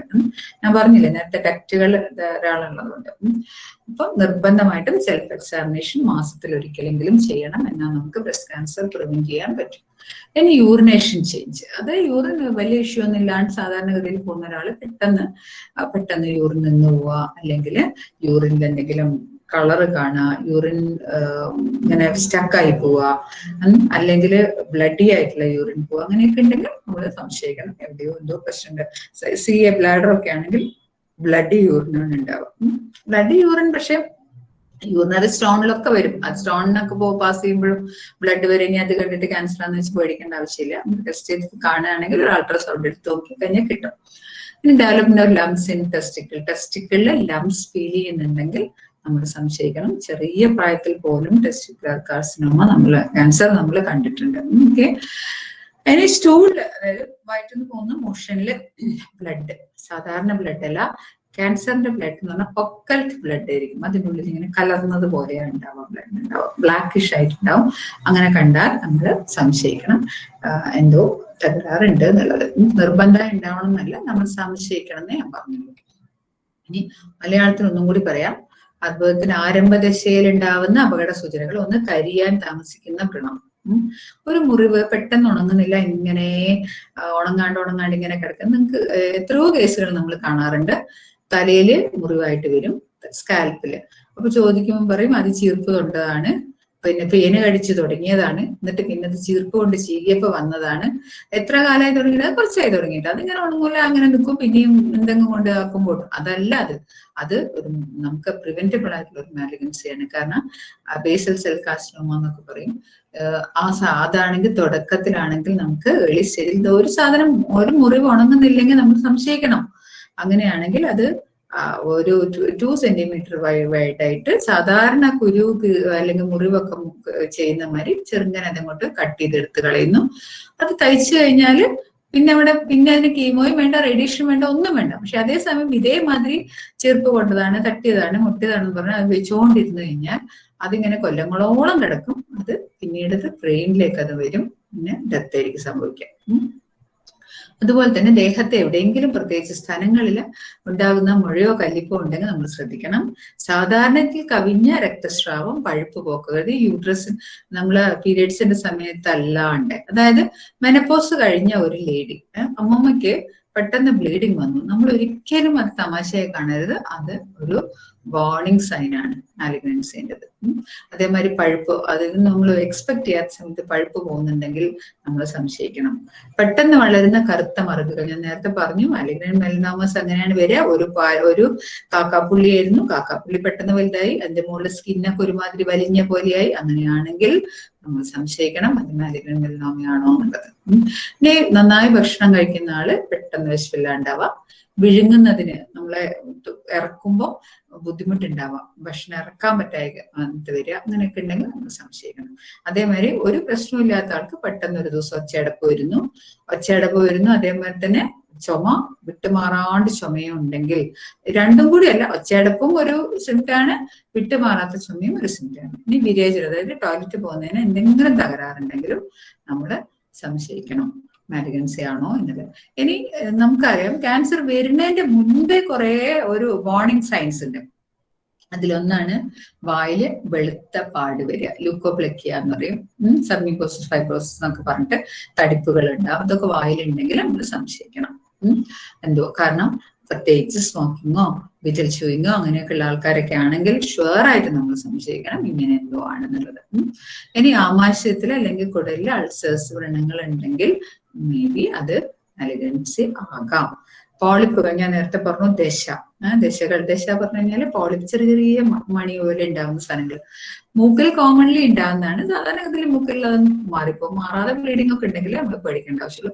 യൂട്രസിൽ പോളിപ്പ് വരിക, അല്ലെ വേറെ എവിടെയെങ്കിലും പോളിപ്പ് ഉണ്ടെങ്കിൽ, വയറിലോ കുടലിലോ എവിടെയെങ്കിലും പോളിപ്പ് ഉണ്ടെങ്കിൽ നമ്മൾ എന്തായാലും സംശയിക്കണം അത് പ്രീ മാലിഗ്നന്റ് ആണ്. ഇനി ഗർഭാശയ അല്ലെങ്കിൽ ഗർഭാശയത്തിനോ അല്ലെങ്കിൽ സെർവിക്സിനോ ഗർഭാശയ മുഖത്തുനിന്നോ നീരൊലിക്കുന്നുണ്ടെങ്കിലും നമ്മൾ മാലിഗ്നൻസി സംശയിക്കണം. പെട്ടെന്ന് വിശപ്പില്ലാണ്ടാവുക അല്ലെങ്കിൽ ശോധന ഇല്ലാണ്ടാവുന്നുണ്ടെങ്കിൽ അതും ഇതേമാതിരി ഒരു പ്രീ മാലിഗ്നന്റ് സൈൻ ആണ്.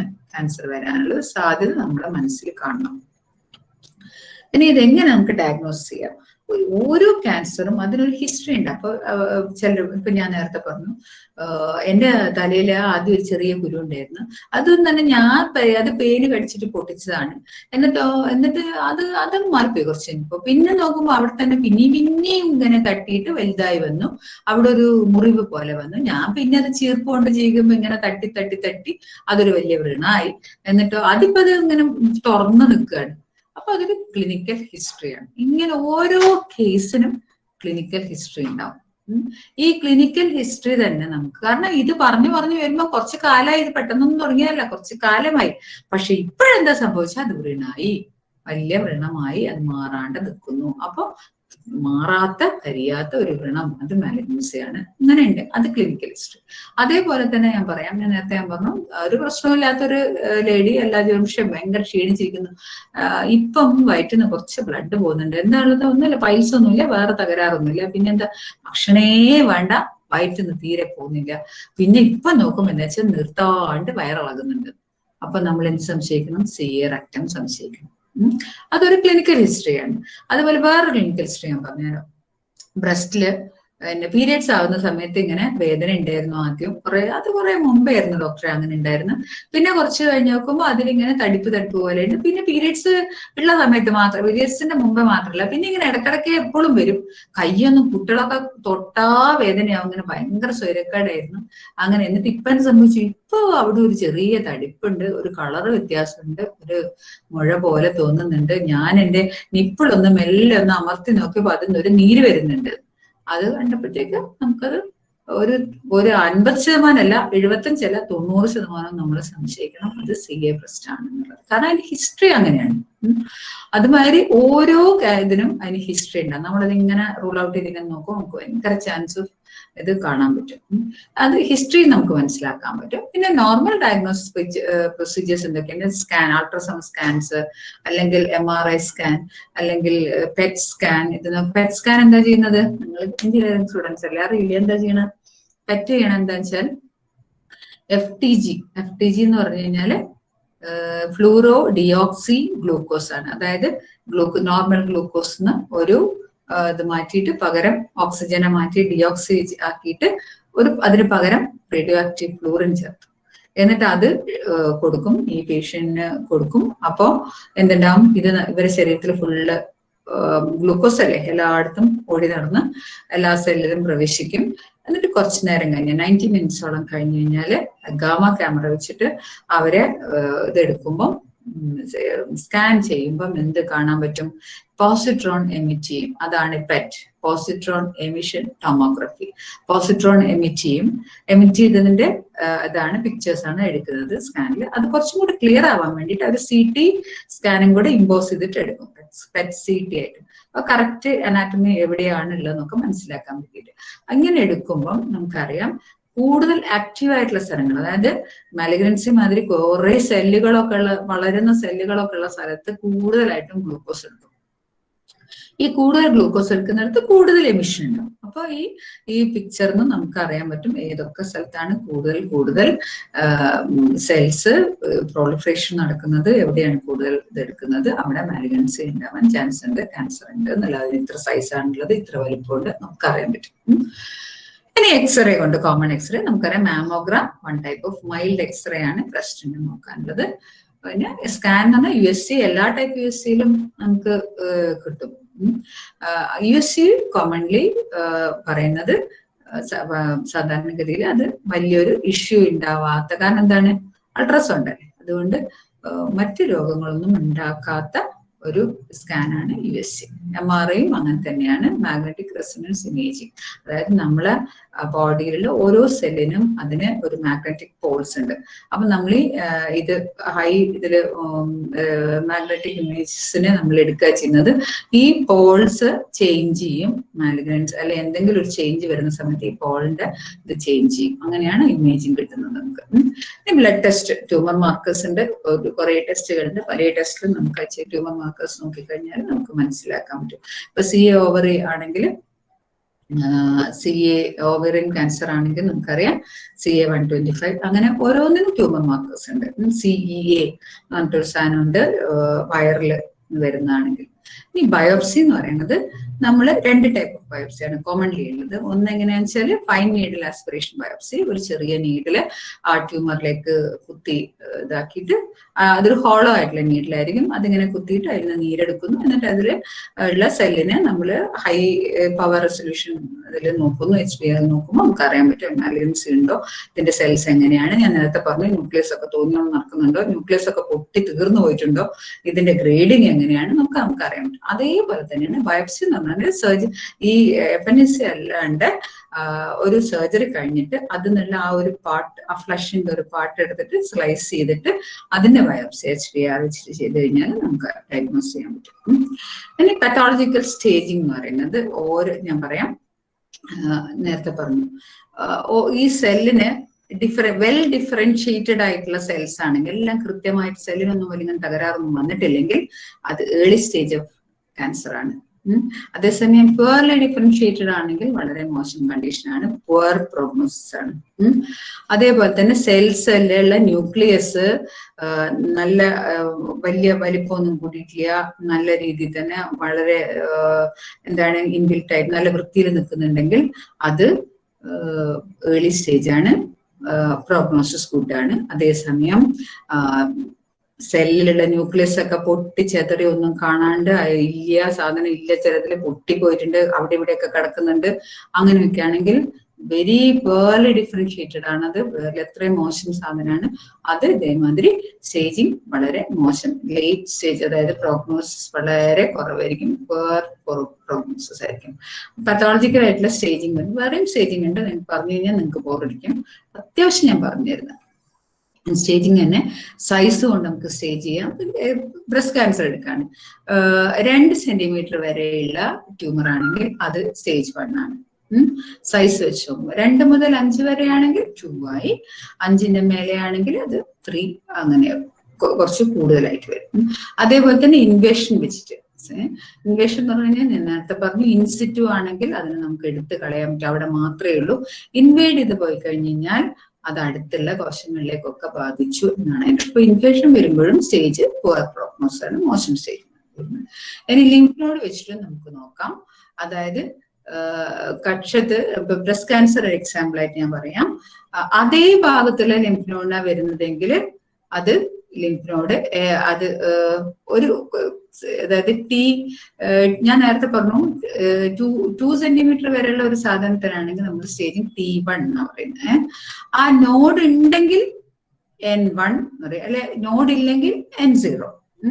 അപ്പൊ അതിൽ തന്നെ പലതും തൊട്ടടുത്തുള്ള നോഡാണെങ്കിൽ N1 ആയിട്ട് പറയും, കുറച്ചും കൂടെ ദൂരെയുള്ള നോഡാണെങ്കിൽ N2 ആയിട്ട് പറയും.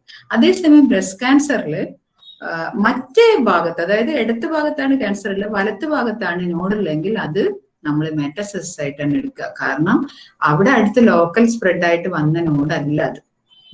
മെറ്റാസിസ് എന്ന് പറഞ്ഞാൽ നേരത്തെ ഞാൻ പറഞ്ഞു, ബ്ലഡ് കൂടെ ലിംഫാറ്റിക്സ് കൂടെയൊക്കെ ഈ ക്യാൻസർ കോശങ്ങൾ പോയി കഴിഞ്ഞു കഴിഞ്ഞാൽ വേറെ ഏതെങ്കിലും സ്ഥലത്ത്, ലിവറില്, ലങ്ങില്, കിഡ്നിയില്, അതേപോലെ ബ്രെയിനിലൊക്കെ വരുന്നതാണ് മെറ്റാസിസ് എന്ന് പറയുന്നത്.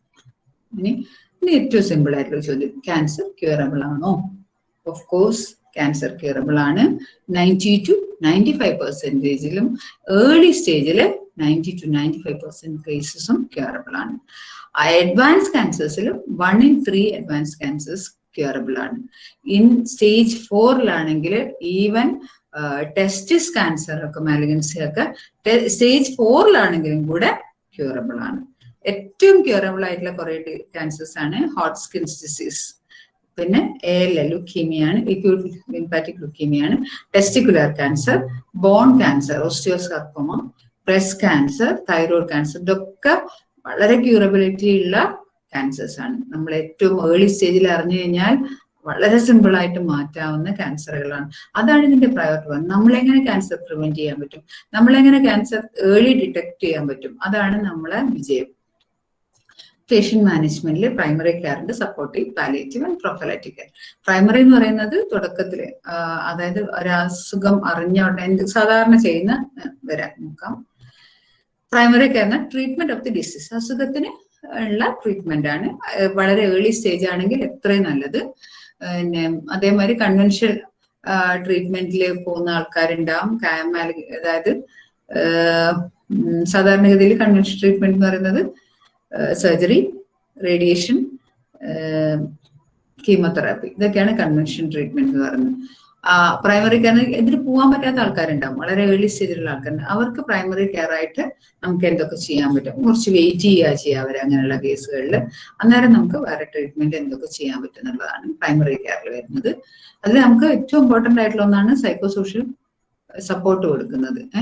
ഓരോ ആൾക്കാരിലും ഈ അസുഖം അറിയുമ്പം ഉണ്ടാവുന്ന ഇഷ്യൂസ് എന്തൊക്കെയാന്ന് വെച്ചാൽ മെന്റൽ സ്റ്റേജസ്. ഒരാളുടെ ഇത് കോമൺ ആണ്, ഇത് ഞാൻ ഉണ്ടാക്കിയതല്ല, കോമൺ ലോകം മുഴുവനുള്ള കാര്യമാണ്. ഒരാളോട് അസുഖം നിങ്ങൾക്ക് ഇതാണ്, അതുകൊണ്ടാണ് നമ്മൾ പറയുന്നത് എപ്പോഴും കൗൺസിലിങ്ങിൽ കൂടെ മാത്രമേ ക്യാൻസർ ആണെന്ന് പറയാൻ പാടുള്ളൂ. ക്യാൻസർ, എയ്ഡ്സ് ഇങ്ങനെയുള്ള രോഗങ്ങൾക്ക്, ഈവൻ ഇപ്പൊ കോവിഡ് ഒക്കെ അങ്ങനെയാണ്, ഒരു കൗൺസിലിങ്ങിന്റെ രൂപത്തിലേ നമുക്കത് പറയാൻ പാടുള്ളൂ എന്ന് പറയുന്നത് കൊണ്ട്. അല്ലെങ്കിൽ പെട്ടെന്ന് എന്തെങ്കിലും സംഭവിക്കും. ഫസ്റ്റില് നമ്മൾ ഇയാളോട് നിങ്ങൾക്ക് ക്യാൻസർ ഉണ്ടെന്ന് പറഞ്ഞു കഴിഞ്ഞാൽ ഉടനെ ആൾ പറയും ഇല്ല, എനിക്ക് ക്യാൻസർ ഇല്ല, എനിക്ക് ക്യാൻസർ ഉണ്ടാവാൻ യാതൊരു സാധ്യതയില്ല, കാരണം ഞാൻ അങ്ങനത്തെ ജീവിത രീതിയാണ്, എനിക്ക് അങ്ങനെ വരാൻ യാതൊരു സാധ്യതയില്ല. ഞാൻ നോക്കൂ, 3 വയസ്സ് വരെ കുട്ടിക്ക് പാല് കൊടുത്തിട്ടുണ്ട്, എന്റെ കുട്ടി വളരെ നേരത്തെ തന്നെ ഞാൻ പ്രസവിച്ചിട്ടുണ്ട്, ഈ രണ്ടാമത്തെ കുട്ടി അങ്ങനെ തന്നെയാണ്, എനിക്ക് ക്യാൻസർ വരാൻ എന്റെ ഫാമിലി ആർക്കൂല. ഇങ്ങനെ ഡിനയലാണ് ആദ്യം ഉണ്ടാവുക. അത് കഴിഞ്ഞു കഴിഞ്ഞാൽ ഇവരത് വീണ്ടും ചിന്തിക്കും, ഉള്ളിലിരുന്ന ഐസൊലേഷൻ ആയിരിക്കും, ഒറ്റയ്ക്ക് മാറിയിരുന്ന് ഇവരിങ്ങനെ ആലോചിക്കും. അതിലൊരു പൊട്ടിത്തെറി ഉണ്ടാവാൻ ശേഷം ഭയങ്കര ദേഷ്യം തോന്നും, എനിക്ക് മാത്രം വന്നു, ഈ ലോകത്തിൽ എന്നെക്കാളും ദുഷ്ടന്മാർ എത്ര പേരുണ്ട്, അവർക്കാർക്കും വന്നില്ല, എനിക്ക് മാത്രം വന്നു. ആ ദേഷ്യമാണ് ബാക്കിയുള്ളവർ. പിന്നെ നെക്സ്റ്റ് സ്റ്റേജിൽ വരുന്നത് എങ്ങനെയാണെന്ന് വെച്ചാൽ ബാർഗനിങ്. പിന്നത്തെ സ്റ്റേജിലാണ് ഞാൻ എങ്ങനെ എനിക്ക് രക്ഷപ്പെടാൻ പറ്റുന്നില്ല, എന്നെ എങ്ങനെയെങ്കിലും എവിടെയും കൊണ്ടുപോകും. ഈ ബാർഗനിങ് സ്റ്റേജിലാണ് ഈ ശരിക്കുള്ള അല്ലാത്ത രീതിയിലുള്ള ട്രീറ്റ്മെന്റിന് ഒറ്റമൂലിക്കാർ അങ്ങനെയുള്ള ആൾക്കാരൊക്കെ വന്നിട്ട് വീണു പോകുന്നത്. ഈ ബാർഗനിങ് എന്ന് പറഞ്ഞാൽ വല്ലാത്തൊരു സ്റ്റേജ്. അപ്പൊ നമ്മൾ ഫാമിലി, നമ്മൾ ഫ്രണ്ട്സോ എപ്പോഴും അവരെ കൂടെ നിൽക്കണം ഈ സമയത്ത്. നെക്സ്റ്റ് സ്റ്റേജ് എന്ന് പറഞ്ഞാൽ ഡിപ്രഷനാണ്. ഈ ഐസൊലേഷനും ആങ്കറിനും ഒക്കെ ശേഷം, പൊട്ടിത്തെറിക്കും ശേഷം വരുന്നതാണ് ഈ ഡിപ്രഷൻ. ഈ ഡിപ്രഷനിലാണ് ആൾക്കാർ അധികം സൂയിസൈഡുമായിട്ടുള്ള കാര്യങ്ങൾ ചെയ്യുന്നത്. അതുകൊണ്ട് തന്നെയാണ് ഈ ഡിപ്രഷൻ വരാതെ ഇവരെ നമ്മളെ കൂടെ കൂട്ടി അവരെ കൊണ്ട് നടക്കേണ്ടത് ഓരോ ഫാമിലി മെമ്പറേയും ഓരോ ഫ്രണ്ടിന്റെയും കടമയാണ്. ഈ ഒരു സ്റ്റേജ് കഴിഞ്ഞു കഴിഞ്ഞാൽ പിന്നെ അത് അക്സെപ്റ്റ് ചെയ്യാൻ തുടങ്ങും, എനിക്ക് അസുഖം ഉണ്ട്, അതിന്ന് എനിക്ക് എങ്ങനെയും ഒന്ന് രക്ഷപ്പെടണം. ആ സമയത്ത് നമ്മള് കൂടെയുള്ളവര് പറഞ്ഞു മനസ്സിലാക്കിക്കൊണ്ട് ഇന്ന കാര്യങ്ങൾ ചെയ്തു കഴിഞ്ഞാൽ, ഇന്ന ട്രീറ്റ്മെന്റ് എടുത്തു കഴിഞ്ഞാൽ മാറും. ഈ സമയത്താണ് നമ്മൾ പറയേണ്ടത് അസുഖം ഇങ്ങനെ ഇത് ഇന്ന ആൾക്കാർക്കൊക്കെ സൂക്കേട് മാറിയിട്ടുണ്ട്, പോസിറ്റീവ് സ്പീക്കേഴ്സിനെ കൊണ്ട് അവരോട് സംസാരിപ്പിക്കണം. അതേസമയം നമ്മൾ ആ സമയത്ത് ഇരുന്നിട്ട് അയ്യോ എന്റെ അച്ഛന്റെ അമ്മേന്റെ അനിയത്തിക്ക് പണ്ട് ക്യാൻസർ ഉണ്ടായിരുന്നു, മരിച്ചു പോയതാണ്, അങ്ങനെയല്ല പറയേണ്ടത്. അവരെ ആക്സെപ്റ്റ് ചെയ്യിക്കാൻ പഠിപ്പിക്കാൻ വേണ്ടത്. ശരിക്കും ആക്സെപ്റ്റ് ചെയ്ത് കഴിഞ്ഞാൽ പിന്നെ അവരിൽ ഓട്ടോമാറ്റിക്കലി ഒരു ഹോപ്പ് എന്ന് പറഞ്ഞിട്ട് സ്റ്റേജ്, ആ ഹോപ്പ് വന്നു കഴിഞ്ഞാൽ അവർക്ക് അത് ഇതിനെ ക്യാൻസറിനെ ഫൈറ്റ് ചെയ്യാനുള്ള ഒരു കഴിവുണ്ടാവും.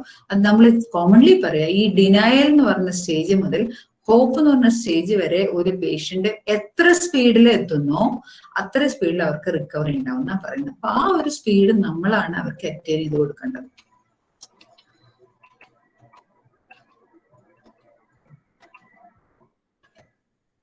സപ്പോർട്ടീവ് കെയർ എന്ന് പറയുന്നത് നമുക്കറിയാം, പിന്നെ ഈ അസുഖത്തിന്റെ കൂടെ തന്നെ, ട്രീറ്റ്മെന്റ് എടുക്കുന്ന കൂടെ തന്നെ ഇവരെ ക്വാളിറ്റി ഓഫ് ലൈഫ് നന്നാക്കാൻ വേണ്ടിയിട്ട് നമ്മള് സപ്പോർട്ട് ചെയ്യണം ഒരുപാട്. അതായത് കീമോതെറാപ്പിന്റെ റേഡിയേഷന്റെ സമയത്ത് ഈ പെയിൻ ഉണ്ടാവും, GIT ഡിസ്റ്റർബൻസ് ഉണ്ടാവും, അതേമാതിരി ഈ കൗണ്ട് കീമോതെറാപ്പി എല്ലാം ചെയ്യുന്ന സമയത്ത് ടോട്ടൽ കൗണ്ട് വല്ലാണ്ട് കുറഞ്ഞു പോകും, സിവിയർ അനീമിയ വരും, ഡിപ്രഷൻ ഉണ്ടാവും, ഇൻസോമിയ ഉണ്ടാവും, സൂയിസൈഡ് ടെൻഡൻസി ഉണ്ടാവും. ഇൻസോമിയ എന്ന് പറഞ്ഞാൽ ഉറക്കമില്ല നമുക്ക്.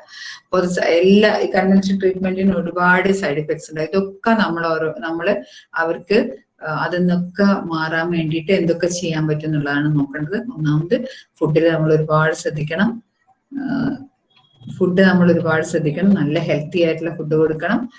അതേപോലെ തന്നെ ഈ കീമോതെറാപ്പി ഒക്കെ ചെയ്യുന്ന സമയത്ത് എന്താ കീമോതെറാപ്പി ചെയ്യുന്നത് ശരിക്കും വളരെ കൂടുതൽ സ്പീഡില് മൾട്ടിപ്ലൈ ചെയ്യുന്ന സെല്ലുകളാണ് ക്യാൻസർ.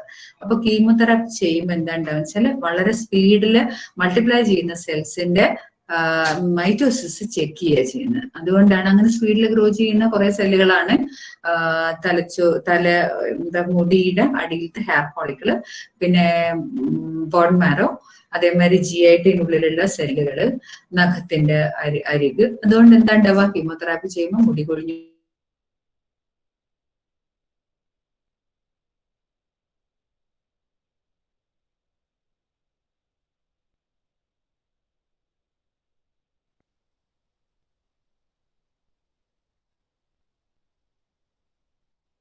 അതിന്റെ അത് കഴിഞ്ഞത് 6 സൈക്കിളാണ്, 21 ദിവസത്തിന്റെ 6 സൈക്കിളാണെങ്കിൽ 6ാമത്തെ സൈക്കിൾ കഴിഞ്ഞ് 21 ദിവസം കഴിയുമ്പോഴത്തേക്ക് തന്നെ മുടി വരും. ഈ എല്ലാ പ്രശ്നങ്ങളും സോൾവ് ആവും. അപ്പൊ അതുകൊണ്ട് ആ സമയത്ത് എന്ത് ചെയ്യണം വെച്ചാല് നല്ല പ്രോട്ടീൻ റിച്ച് ആയിട്ടുള്ള ഫുഡ് കൊടുക്കണം. പിന്നെ വീട്ടിലത്തെ ഭക്ഷണം കൊടുക്കണം. പുറത്തുനിന്നുള്ള സ്ട്രീറ്റിൽ നിന്നുള്ള ഭക്ഷണമൊന്നും കൊടുക്കാൻ പാടില്ല. വളരെ ഇമ്മ്യൂണിറ്റി കുറവായിരിക്കും. അതുകൊണ്ട് ഈ കാഴ്ചക്കാരെ കഴിയുന്നതും ഒഴിവാക്കുക.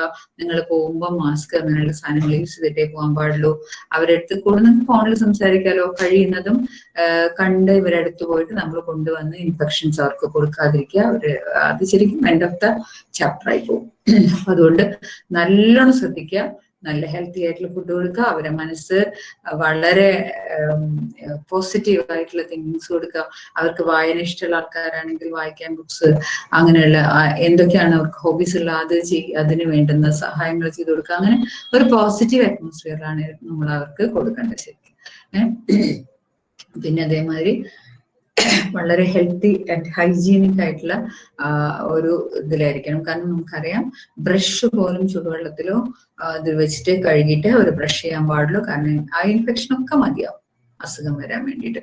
ഒരുപാട് ശ്രദ്ധിക്കണം. ആ സമയത്ത് വെള്ളമൊക്കെ തിളപ്പിച്ചാറിയ വെള്ളം കുടിക്കാൻ പാടുള്ളൂ. കുളിക്കാനും വായ കഴുകാനും ഒക്കെ അങ്ങനത്തെ കാര്യങ്ങളെ ചെയ്യാൻ പാടുള്ളൂ. വളരെ ഹൈജീൻ നമ്മൾ നന്നായിട്ട് ശ്രദ്ധിക്കണം.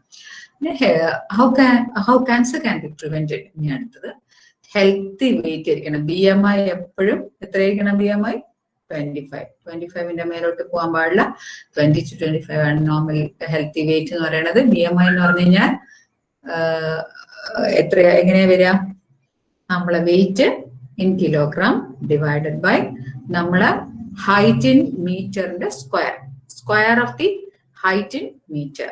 അതായത് weight in kilogram divided by square of the height in metre. അത് എത്രയാണോ നോക്കാം. അത് 25ന്റെ എബോ ആവാൻ പാടില്ല. 25 ഒബീസ് ആവാൻ പാടില്ല. ഒബീസ് ആകുമ്പോൾ കുറച്ചുകൂടി കൂടുതൽ ഓവർ വെയിറ്റ് ആണ് ആദ്യം വരിക. പിന്നെ 30 എബോ ആണെങ്കിൽ അത് ഒബീസ് ആയിട്ടാകുമ്പോൾ കൂട്ടാം. ഒരു ഹെൽത്തി വെയിറ്റ് എപ്പോഴും നമ്മൾ മെയിൻറ്റെയിൻ ചെയ്യണം. ഈ സമയത്ത് ഹെൽത്തി വെയിറ്റ് മെയിൻറ്റെയിൻ ചെയ്യാൻ ഞാൻ പറഞ്ഞു. ഓവർ ഫുഡ് പാടില്ല. ഓവർ കാലറിഫിക് ആയിട്ടുള്ള ഫുഡ് കഴിക്കരുത്. ഈ ചോക്ലേറ്റ്സ് ഒക്കെ ഭയങ്കര മോശം സാധനമാണ്. കാരണം ഒരു പീസ് ഓഫ് ചിക്കനേക്കാളും കൂടുതൽ കാലറി ഒരു ചെറിയ മിഠായിലുണ്ട്. അപ്പൊ അങ്ങനെയുള്ള സാധനങ്ങളെല്ലാം കഴിയുന്ന ഒഴിവാക്കുക. പിന്നെ അഥവാ ഉള്ളിലെത്തിയ സാധനം തന്നെ കൺസ്യൂം ചെയ്ത് പോകാൻ വേണ്ടിയിട്ട് വളരെ ആക്ടിവിറ്റി വേണം. എക്സസൈസ് ചെയ്യുക. ഏറ്റവും നല്ല എക്സസൈസ് എന്ന് പറയുന്നത് സ്വിമ്മിങ് ആണ്. കാരണം സ്വിമ്മിങ്ങിൽ നമ്മൾ ഒരേപോലെയല്ല ചെയ്യുന്ന, നമ്മുടെ ഓരോ മൂവ്മെന്റ്സും ഡിഫറെന്റ് ആണ്. അതേപോലെ തന്നെ നമ്മളത് മനസ്സിൽ വെക്കണം. നടക്കുന്ന സമയത്തും അതുപോലെ ഒരേ മൊണോട്ടണസ് ആയിട്ട് നടക്കാൻ പാടില്ല. ഇപ്പൊ 20 മിനിറ്റ്സ് ആണ് നടക്കുന്നതെങ്കിൽ ഫസ്റ്റ് 5 മിനിറ്റ്സ് സ്ലോ ആയി വാക്കിംഗ് ആണെങ്കിൽ നടുവിലത്തെ നെക്സ്റ്റ് 10 മിനിറ്റ്സ് ഭയങ്കര ബ്രിസ്ക് ആയിട്ട് കൈയൊക്കെ നന്നായി ഇളക്കി അങ്ങനെ നടക്കുക. നെക്സ്റ്റ് 5 മിനിറ്റ്സ് സ്ലോ ആക്കുക. അതിങ്ങനെ മാറ്റി ആ ടേൺ സൈക്കിൾ ഇങ്ങനെ മാറ്റി. അതേമാതിരി നമ്മൾ നടക്കുന്ന ടെറൈൻ മാറ്റണം. ഒരേ സ്ഥലത്ത് കൂടി ഒരേപോലെ നടന്നാൽ അത് ബോഡി അക്സെപ്റ്റ് ചെയ്യില്ല എക്സസൈസ് ആയിട്ട്. അത് കുറച്ച് ദിവസം നമ്മൾ കയറ്റമിറക്കമുള്ള സ്ഥലത്ത് കൂടി നടക്കുക. അതായത് ഒരു എവറി വീക്കിൽ നമ്മൾ ടെറൈൻ ചേഞ്ച് ചെയ്തുകൊണ്ടേ ഇരിക്കണം. ആ ഒരു പ്രാവശ്യം നിരപ്പായ സ്ഥലത്തൂടി പോകുന്നുണ്ടെങ്കിൽ അടുത്ത ആഴ്ച ഉറപ്പായിട്ട് നിങ്ങൾ കയറ്റമിറക്കമുള്ള സ്ഥലത്ത് അല്ലെങ്കിൽ മിക്സ് ചെയ്തിട്ട് നടക്കാം. അപ്പൊ നടത്തത്തെ എക്സസൈസ് ആയിട്ട്. അല്ലെങ്കിൽ നമ്മളെ വീട്ടിലെ അമ്മമാര് കിലോമീറ്റർ നടക്കുന്നുണ്ട് അടുക്കളയിൽ ഇല്ലേ, പക്ഷെ അത് എക്സസൈസ് അല്ല. എന്തുകൊണ്ടാണ്? അത് ബോഡി റുട്ടീനായിട്ടാണ് കൂട്ടുന്നത്. റുട്ടീനായിട്ട് കൂട്ടാതിരിക്കാൻ എക്സസൈസ് ആയിട്ട് വരണമെങ്കിൽ ഇങ്ങനെ ഇത് മാറ്റി വേണം ചെയ്യാൻ. അതേപോലെ തന്നെ രാവിലെ എംപ്റ്റി സ്റ്റൊമക്ക് നിറയെ വെള്ളം കുടിക്കാൻ നോക്കുക കഴിയുന്നതും. പിന്നെ മഞ്ഞൾ തേൻ ഇതൊക്കെ നല്ലതാണെന്ന് പറയുന്നു. പിന്നെ നിറയെ വെള്ളം കുടിക്കണം. എംപ്റ്റി സ്റ്റൊമക്കിൽ തന്നെ ഭയങ്കര തിക്കായിട്ടുള്ള എന്താ പറയാ കോഫി അങ്ങനത്തെ സാധനങ്ങൾ കഴിയുന്നതും കഴിക്കാതിരിക്കുക. അത് നിറയെ വെള്ളം ലൈറ്റ് ആയിട്ട്. കാരണം എന്തിനാ വെച്ചാൽ GIT ഒന്ന് ഇതാവാൻ വേണ്ടിയിട്ട്, ക്ലിയർ ചെയ്യാൻ വേണ്ടിയിട്ടാണ്. അതുപോലെ തന്നെ ഫുഡിൽ രാത്രി ഓവർ ഇതായിട്ടുള്ള കാലറിഫിക് ആയിട്ടുള്ള ഫുഡ് കഴിക്കരുത്. കാരണം രാത്രി നമ്മൾ എക്സസൈസ് ഒന്നുമില്ല, കിടന്നുറങ്ങുകയാണ്. അതുകൊണ്ട് രാത്രി എപ്പോഴും മൈൽഡ് ആയിട്ടുള്ള അങ്ങനത്തെ ഫുഡേ കഴിക്കാൻ പാടുള്ളൂ. ഓവർ ഫാറ്റ് ഉള്ളതും ഓവർ കാലറിഫിക് ആയിട്ടുള്ള ഫുഡും കഴിക്കരുത്. കഴിയുന്നതും റോ സാലഡ്സ് രാത്രി കഴിക്കുക. കാരണം ബവൽ മൂവ്മെന്റ്സ് കറക്റ്റ് ആവാൻ വേണ്ടിയിട്ട്. പിന്നെ ഹെൽത്തി വെയിറ്റ്, പിന്നെ അത് എക്സസൈസ്, പിന്നെ യോഗാസ് ചെയ്യാം. സ്ലോ എക്സസൈസ് ആണ്. യോഗ ഒരുപാട് നല്ലതാണ്. യോഗ ചെയ്യാം. അങ്ങനെ ഹെൽത്തി വെയിറ്റ് മാനേജ് ചെയ്യാം. ഹെൽത്തി ഡയറ്റ് നേരത്തെ പറഞ്ഞു. ഹെൽത്തി ഡയറ്റിൽ സ്പ്രൗട്ടഡ് പൾസസ്, പയറ്, കടല, ചെറുപയർ അങ്ങനത്തെ സാധനങ്ങളൊക്കെ മുളപ്പിച്ചിട്ട് രാത്രി വെള്ളത്തിലിടുക, രാവിലെ വാരി വെക്കുക. അപ്പൊ അത് മുളച്ചിരിക്കും. അത് നല്ലതാണ്, കാരണം അതിലെല്ലാം സ്റ്റാർച്ച് പോയിട്ട് നല്ല പ്രോട്ടീനും പിന്നെ നിയാസിൻ കൂടുതലായിട്ടുണ്ടാവും ജെർമിനേറ്റഡ് ഇതില്. അങ്ങനെയുള്ള സാധനങ്ങളൊക്കെ കൂടുതൽ. നിറയെ ലീഫി വെജിറ്റബിൾസ് കഴിക്കാൻ നമുക്കറിയാം. ഈ ഏറ്റവും തമാശയായി പറയുന്നത് സൗദീസ് ആണ് പോലും ഏറ്റവും കൂടുതൽ വെറൈറ്റി ഓഫ് മീറ്റ് കഴിക്കുന്നത്. ഒട്ടകത്തിനെയൊക്കെ അടിച്ചു നിന്ന ആൾക്കാർ സൗദി. അവരിൽ മാലിഗൻസി കുറവ്. റീസൺ എന്താണെന്ന് വെച്ചാൽ അവരതിന്റെ കൂടെ കണ്ട കാട്ടും ചെടികൾ മുഴുവൻ തിന്നും. അതിന്റെ അടുത്തുള്ള പലതരം എന്തെങ്കിലും ഇലയൊക്കെ പറിച്ചു തിന്നുന്ന ആൾക്കാരാണ് അവര്. ഏറ്റവും കൂടുതൽ റോ ഗ്രീൻ കഴിക്കുന്ന ആൾക്കാർ സൗദീസ് ആണ്. അതുകൊണ്ട് തന്നെ അവർക്ക് മാലിഗൻസി ചാൻസ് കുറവാണ്. ഹെൽത്തി ഡയറ്റിൽ നമ്മൾ കഴിയുന്നതും ഗ്രീൻ ലീഫി വെജിസ് കൂടുതലും യൂസ് ചെയ്യാൻ അതിൽ പഠിക്കുക. ഈ റോ സാലഡിലൊക്കെ നമുക്ക് മൈക്രോ ഗ്രീൻ എന്ന് പറഞ്ഞ സാധനം ഉണ്ടല്ലോ. അപ്പം അറിയാം എല്ലാവർക്കും, ഇപ്പൊ യൂട്യൂബിലും കാണുന്നുണ്ട്, ഇഷ്ടമല്ലവർക്കും അറിയാം. ജസ്റ്റ് ജെർമിനേറ്റ് ചെയ്യുക, 1 വീക്കിന്റെ ഇടയിൽ അത് കട്ട് ചെയ്തിട്ട് ചെറുങ്ങനെ മുറിച്ചിടാം. പയറ്, കടല, എന്ത് സാധനം.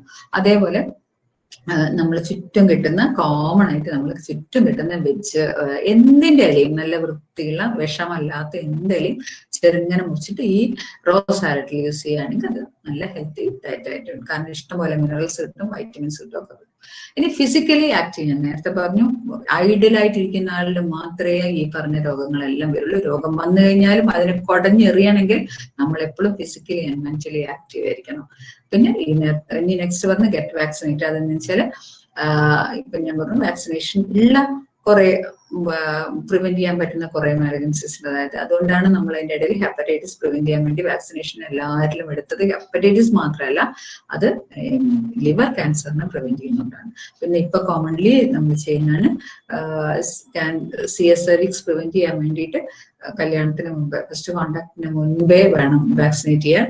അത് 016, അതായത് ഒരു പ്രാവശ്യം വാക്സിനേറ്റ് ചെയ്യുന്നു, അടുത്ത മാസം വീണ്ടും വാക്സിനേറ്റ് ചെയ്യുന്നു, പിന്നെ 6 മാസം കഴിഞ്ഞിട്ട് വാക്സിനേറ്റ് ചെയ്യുന്നു. സെവാരിക്സ് എന്നൊക്കെ പറഞ്ഞിട്ട് ഈ പ്രിവെന്റബിൾ CS cervixനെ പ്രിവെന്റ് ചെയ്യാൻ പറ്റുന്ന വാക്സിൻ ആണത്.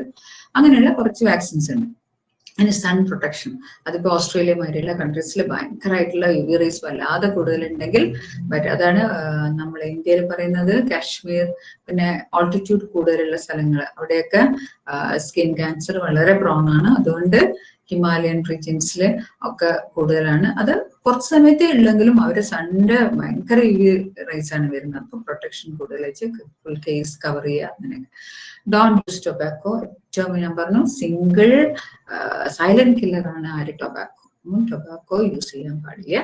റെഗുലർ ചെക്കപ്സ് ചെയ്യുക. ഒരു ഏജ് കഴിഞ്ഞ് കഴിഞ്ഞാൽ ചെക്കപ്സ് ചെയ്യുക. അല്ലെങ്കിൽ സെൽഫ് എക്സാമിനേഷൻ ആണ് CFSന്റെ ഏറ്റവും നല്ല ചെക്കപ്പ്. നമ്മൾ സെൽഫ് എക്സാമിൻ ചെയ്യുക, എല്ലാ മാസവും ചെയ്യുക. അതേപോലെ ഒരു പ്രായം കഴിഞ്ഞ് കഴിഞ്ഞാൽ മെനപ്പോസിന്റെ ഒക്കെ സമയമാകുമ്പോൾ ഒരു ലിസ്റ്റ് എടുത്ത് നോക്കാം, മാമോഗ്രാം ഒക്കെ എടുത്ത് നോക്കാം. പ്രത്യേകിച്ച് നമ്മളെ സഹോദരങ്ങൾക്ക് ആർക്കെങ്കിലും അമ്മയ്ക്കോ ആർക്കെങ്കിലും ഉണ്ടെങ്കിൽ എന്തായാലും നമ്മൾ സ്ക്രീനിങ് ചെയ്യണം. ഇനി ഏറ്റവും സമ്മറി ആയിട്ട് പറയാം, cancer is A disease of division, growth and spread. Disease of division ആണ്. അറിയാം, ഞാൻ നേരത്തെ പറഞ്ഞു, ഒരു ജീനിൽ വരുന്ന അല്ലെങ്കിൽ ജീൻസിൽ വരുന്ന തകരാറ് കൊണ്ട് ഡിവിഷൻ ഇതിന്റെ മൈറ്റോസിൽ വരുന്ന തകരാറ് കൊണ്ടാണ് ക്യാൻസർ ഉണ്ടാകുന്നത്. ഒരുപാട് കോശങ്ങൾ ഉണ്ടാവും, അതിന് ഒരുപാട് ഗ്രോത്ത് ഉണ്ടാവും, അതുപോലെ തന്നെ അത് സ്പ്രെഡ് ചെയ്യുകയും ചെയ്യും. It has A number of causes, many of them preventable. നമ്മൾ കണ്ടു, കുറേ കോസുകൾ കണ്ടു, അതിൽ ഭൂരിഭാഗവും നമുക്ക് പ്രിവെന്റബിൾ ആയിട്ടുള്ളതാണ്. നമ്മൾ ഇന്ന് പറഞ്ഞ ടോപ്പിക്കിനെ പറ്റിയിട്ടാണ് പറയുന്നത്. ഞാൻ വൈൻഡപ്പ് ചെയ്യാണ്. അപ്പോൾ ഈ ക്യാൻസർ എന്ന് പറയുന്നത് ഇങ്ങനത്തെ ഒരു അസുഖമാണ്. അതിനെ പ്രിവെന്റ് ചെയ്യാൻ പറ്റുന്ന കുറെ കോസുകളുണ്ട്. അതില് കുറച്ച് പ്രിവെന്റ് ചെയ്യാൻ കുറച്ച് ബുദ്ധിമുട്ടുള്ള കാര്യങ്ങൾ ഞാൻ പറഞ്ഞു. വെറും 10 to 15% മാത്രമേ ഉള്ളൂ. ബാക്കി 85 to 90% പ്രിവെന്റബിൾ ആണ്. The survival of the patient is determined by the stage of the disease. Earlier the detection or the smaller the tumor, the better the survival. ഞാൻ നേരത്തെ പറഞ്ഞത് തന്നെ, ഇൻസിറ്റു എന്ന് പറഞ്ഞ ഒരു സ്റ്റേജിൽ തന്നെ നമുക്ക് കണ്ടുപിടിക്കാൻ പറ്റുകയാണെങ്കിൽ ഒരു ചെറിയ കുരു കീറിക്കളയുന്ന ലാഘവത്തോടു കൂടി അതിനെ എടുത്തു കളയാൻ പറ്റും.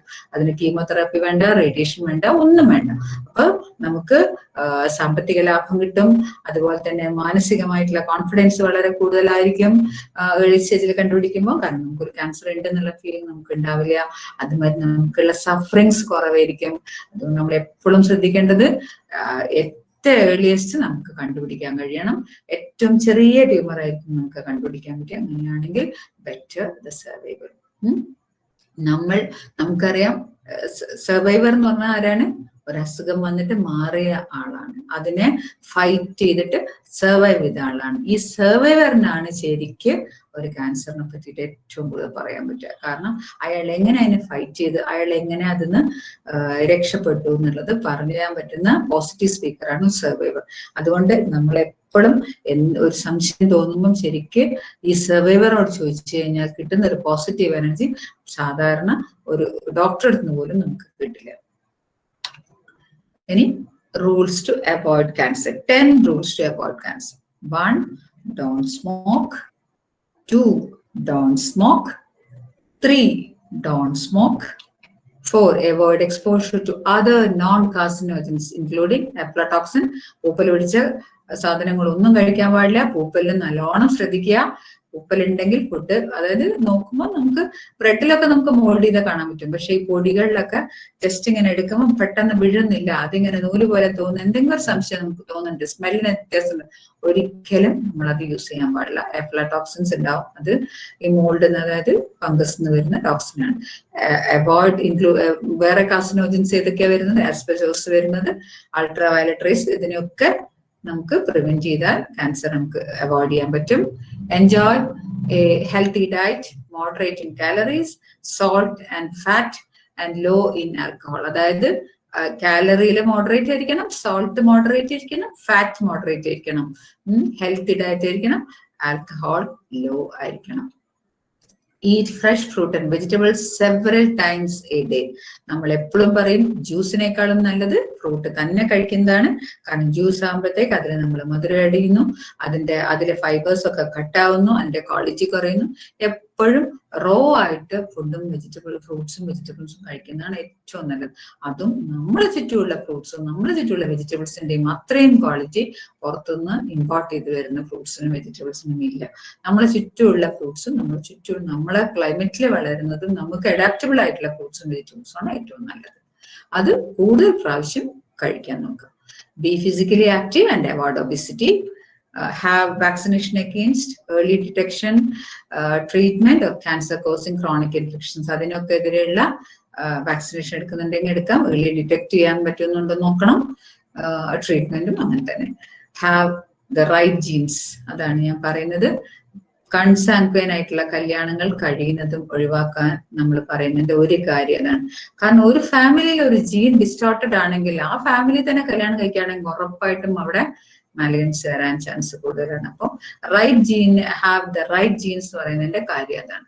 അപ്പൊ നമ്മുടെ ഫാമിലിയിൽ ഒരു ട്രേറ്റ് ഉണ്ടെങ്കിൽ ബെറ്റർ ഈ ഫാമിലിയിൽ അല്ലാത്ത ഒട്ടും മാലിഗ്നൻസി ഇല്ലാത്തൊരു ഫാമിലിയിൽ നിന്ന് കല്യാണം കഴിക്കുകയാണെങ്കിൽ, അല്ലെങ്കിൽ നമ്മൾ കൺസാങ്ക്വൈൻ നമ്മളെ കുടുംബ ബന്ധത്തിലുള്ള അല്ലാത്തൊരു വിവാഹം നടത്തുകയാണെങ്കിൽ, നല്ലൊരു ജീനാണെങ്കിൽ അടുത്ത ജനറേഷനിൽ റൈറ്റ് ജീൻ കിട്ടും നമുക്ക്. Have good luck. അത് ഏറ്റവും ഇത് പറയുന്നത് ക്യാൻസറിന് ഇതൊക്കെ ആണെങ്കിലും നമുക്കൊരു ഭാഗ്യം കൂടെ വേണം. എന്തിനു വേണ്ടിയിട്ട്? ഏർലി ഡിറ്റക്ഷൻ ഒരു ഭാഗ്യം വേണം, നമുക്ക് വരാതിരിക്കാൻ ഒരു ഭാഗ്യം വേണം. രണ്ടാമത്തത് ഏർലി ഡിറ്റക്ഷൻ ഒരു ഭാഗ്യം വേണം. മൂന്നാമത്തത് ഏർലി ഡിറ്റക്ഷൻ ഉണ്ടെങ്കിലും നമുക്ക് ചുറ്റുമുള്ള ആൾക്കാര് നമ്മളെ അതിൽ നിന്ന് രക്ഷപ്പെടുത്താൻ വേണ്ടി നമ്മൾ സഹായിക്കാനുള്ള അത്രയും നല്ല ഫ്രണ്ട്സ് ആൻഡ് ഫാമിലി ഉണ്ടാവാനുള്ള ഭാഗ്യം വേണം. നാലാമത്തത് അതിനോട് ഫൈറ്റ് ചെയ്ത് രക്ഷപ്പെടാനുള്ള മാനസികാവസ്ഥ നമുക്ക് ഉണ്ടാവണം. ഇതൊന്നും ഭാഗ്യം എന്ന് പറഞ്ഞു കഴിഞ്ഞാലും ഇതൊന്നും ഭാഗ്യമല്ല എന്നാണ് എന്റെ അഭിപ്രായം. കാരണം എന്താണെന്ന് വെച്ചാൽ ഈ ഭാഗ്യങ്ങളെല്ലാം നമുക്ക് അറ്റൈൻ ചെയ്യാൻ പറ്റുന്ന ഭാഗ്യങ്ങളാണ്. റൈറ്റ് ജീൻ ശരി തന്നെ. ഇനി അഥവാ വന്നു പോയി, നമ്മൾ കണ്ടുപിടിക്കണം നമ്മളുടെ ശരീരത്തിൽ എവിടെയെങ്കിലും വ്യത്യാസം ഉണ്ടോ. നമ്മളെപ്പോഴും നമ്മളെ ഉള്ളിലേക്ക് തന്നെ എന്ന് വിചാരിച്ചിട്ട് എനിക്ക് അവിടെ ക്യാൻസർ ഉണ്ടോ, എനിക്കിവിടെ ക്യാൻസർ ഉണ്ടോ എന്ന് വെച്ചിട്ട് ടെൻഷൻ അടിച്ചിട്ട് നെഗറ്റീവ് എനർജി വരണം എന്നല്ല ഞാൻ പറയുന്നത്. നമ്മളെപ്പോഴും വിജിലന്റ് ആയിരിക്കണം നമ്മളെ ശരീരത്തിനെ പറ്റിയിട്ടും നമ്മളെ വെൽബീയിങ്ങിനെ പറ്റിയിട്ടും നമ്മളെ മാത്രം നമ്മളെ കൂടെയുള്ള ആൾക്കാരുടെ വെൽബീയിങ്ങിനെ പറ്റിയിട്ടും നമ്മള് എപ്പോഴും വിജിലന്റ് ആയിരിക്കണം. അതാണ് ഗുഡ് ലക്ക് ആയിട്ട് പറയുന്നത്. Have A good luck. ഇത് ബ്രസ്റ്റ് ക്യാൻസർ നിങ്ങൾ കേട്ടിട്ടുണ്ടാവും. ഒക്ടോബർ മന്ത് ആണ് ബ്രസ്റ്റ് ക്യാൻസർ അവയർനെസ് മന്ത്. അതില് ഫോറിൻ കൺട്രീസിലേക്ക് അവരെന്ത് ചെയ്യും വെച്ചാല് ഇവർക്ക് ഈ പാവപ്പെട്ട ആൾക്കാർക്ക് പൈസ ഉണ്ടാക്കാൻ വേണ്ടി ബ്രസ്റ്റ് ക്യാൻസർ പേഷ്യൻസിന് ചെയ്യാൻ വേണ്ടിയിട്ട് ഈ റോസ് പിങ്ക് കളറാണ്. അതുകൊണ്ടാണ് ഒക്ടോബറിന് നമ്മൾ പിങ്ക് മന്ത് എന്ന് പറയുന്നത്. ഈ പിങ്ക് കളറിലുള്ള ബെയറുകള്, അതിന് ടോയ്സ്, പിന്നെ അങ്ങനെ എന്ത് സാധനം ഈ പിന്നെ മറ്റേ ഇവിടെ സൂപ്പർ മാർക്കറ്റുകൾ പോലത്തെ സ്ഥലങ്ങളിലൊക്കെ ഇത് ഇങ്ങനെ വെച്ചിട്ടുണ്ടാവും ഇങ്ങനത്തെ സാധനം. അപ്പൊ അത് നമ്മൾ എടുക്കുകയാണെങ്കിൽ അതിന് വിറ്റ് കിട്ടുന്ന പൈസ ഇങ്ങനെയുള്ള ആൾക്കാർക്ക് കൊടുക്കാൻ വേണ്ടിയിട്ടുള്ള കമ്മ്യൂണിറ്റിയിലേക്ക് കൊടുക്കാൻ വേണ്ടിയിട്ട് എടുക്കുന്നത്. എക്സാമ്പിൾ പറഞ്ഞു എന്നേ ഉള്ളൂ. ഇതൊക്കെ എന്താ വെച്ചാൽ നമ്മുടെ സൊസൈറ്റി എങ്ങനെ ഇങ്ങനെയുള്ള ആൾക്കാരെ സേവ് ചെയ്യുന്നു, അവരെ എങ്ങനെ അടുത്തേക്ക് കൂട്ടിപ്പിടിച്ചു നിൽക്കുന്നു എന്നുള്ളതാണ് ഇതിന്റെയൊക്കെ തെളിവ്. Thanks a lot. Thanks to all for lending your ears. I am Dr. Jayashree. Thank you. Thank you for hearing me. Okay. So, നമുക്ക് Q&A സെഷൻ ആണ്. ആർക്കെങ്കിലും എന്തെങ്കിലും ക്വയറീസ്, ഡൗട്ട്സ്, ക്വസ്റ്റ്യൻസ് എന്തെങ്കിലും ഉണ്ടെങ്കിൽ ചാറ്റ് ബോക്സിൽ ടൈപ്പ് ചെയ്തിടാം.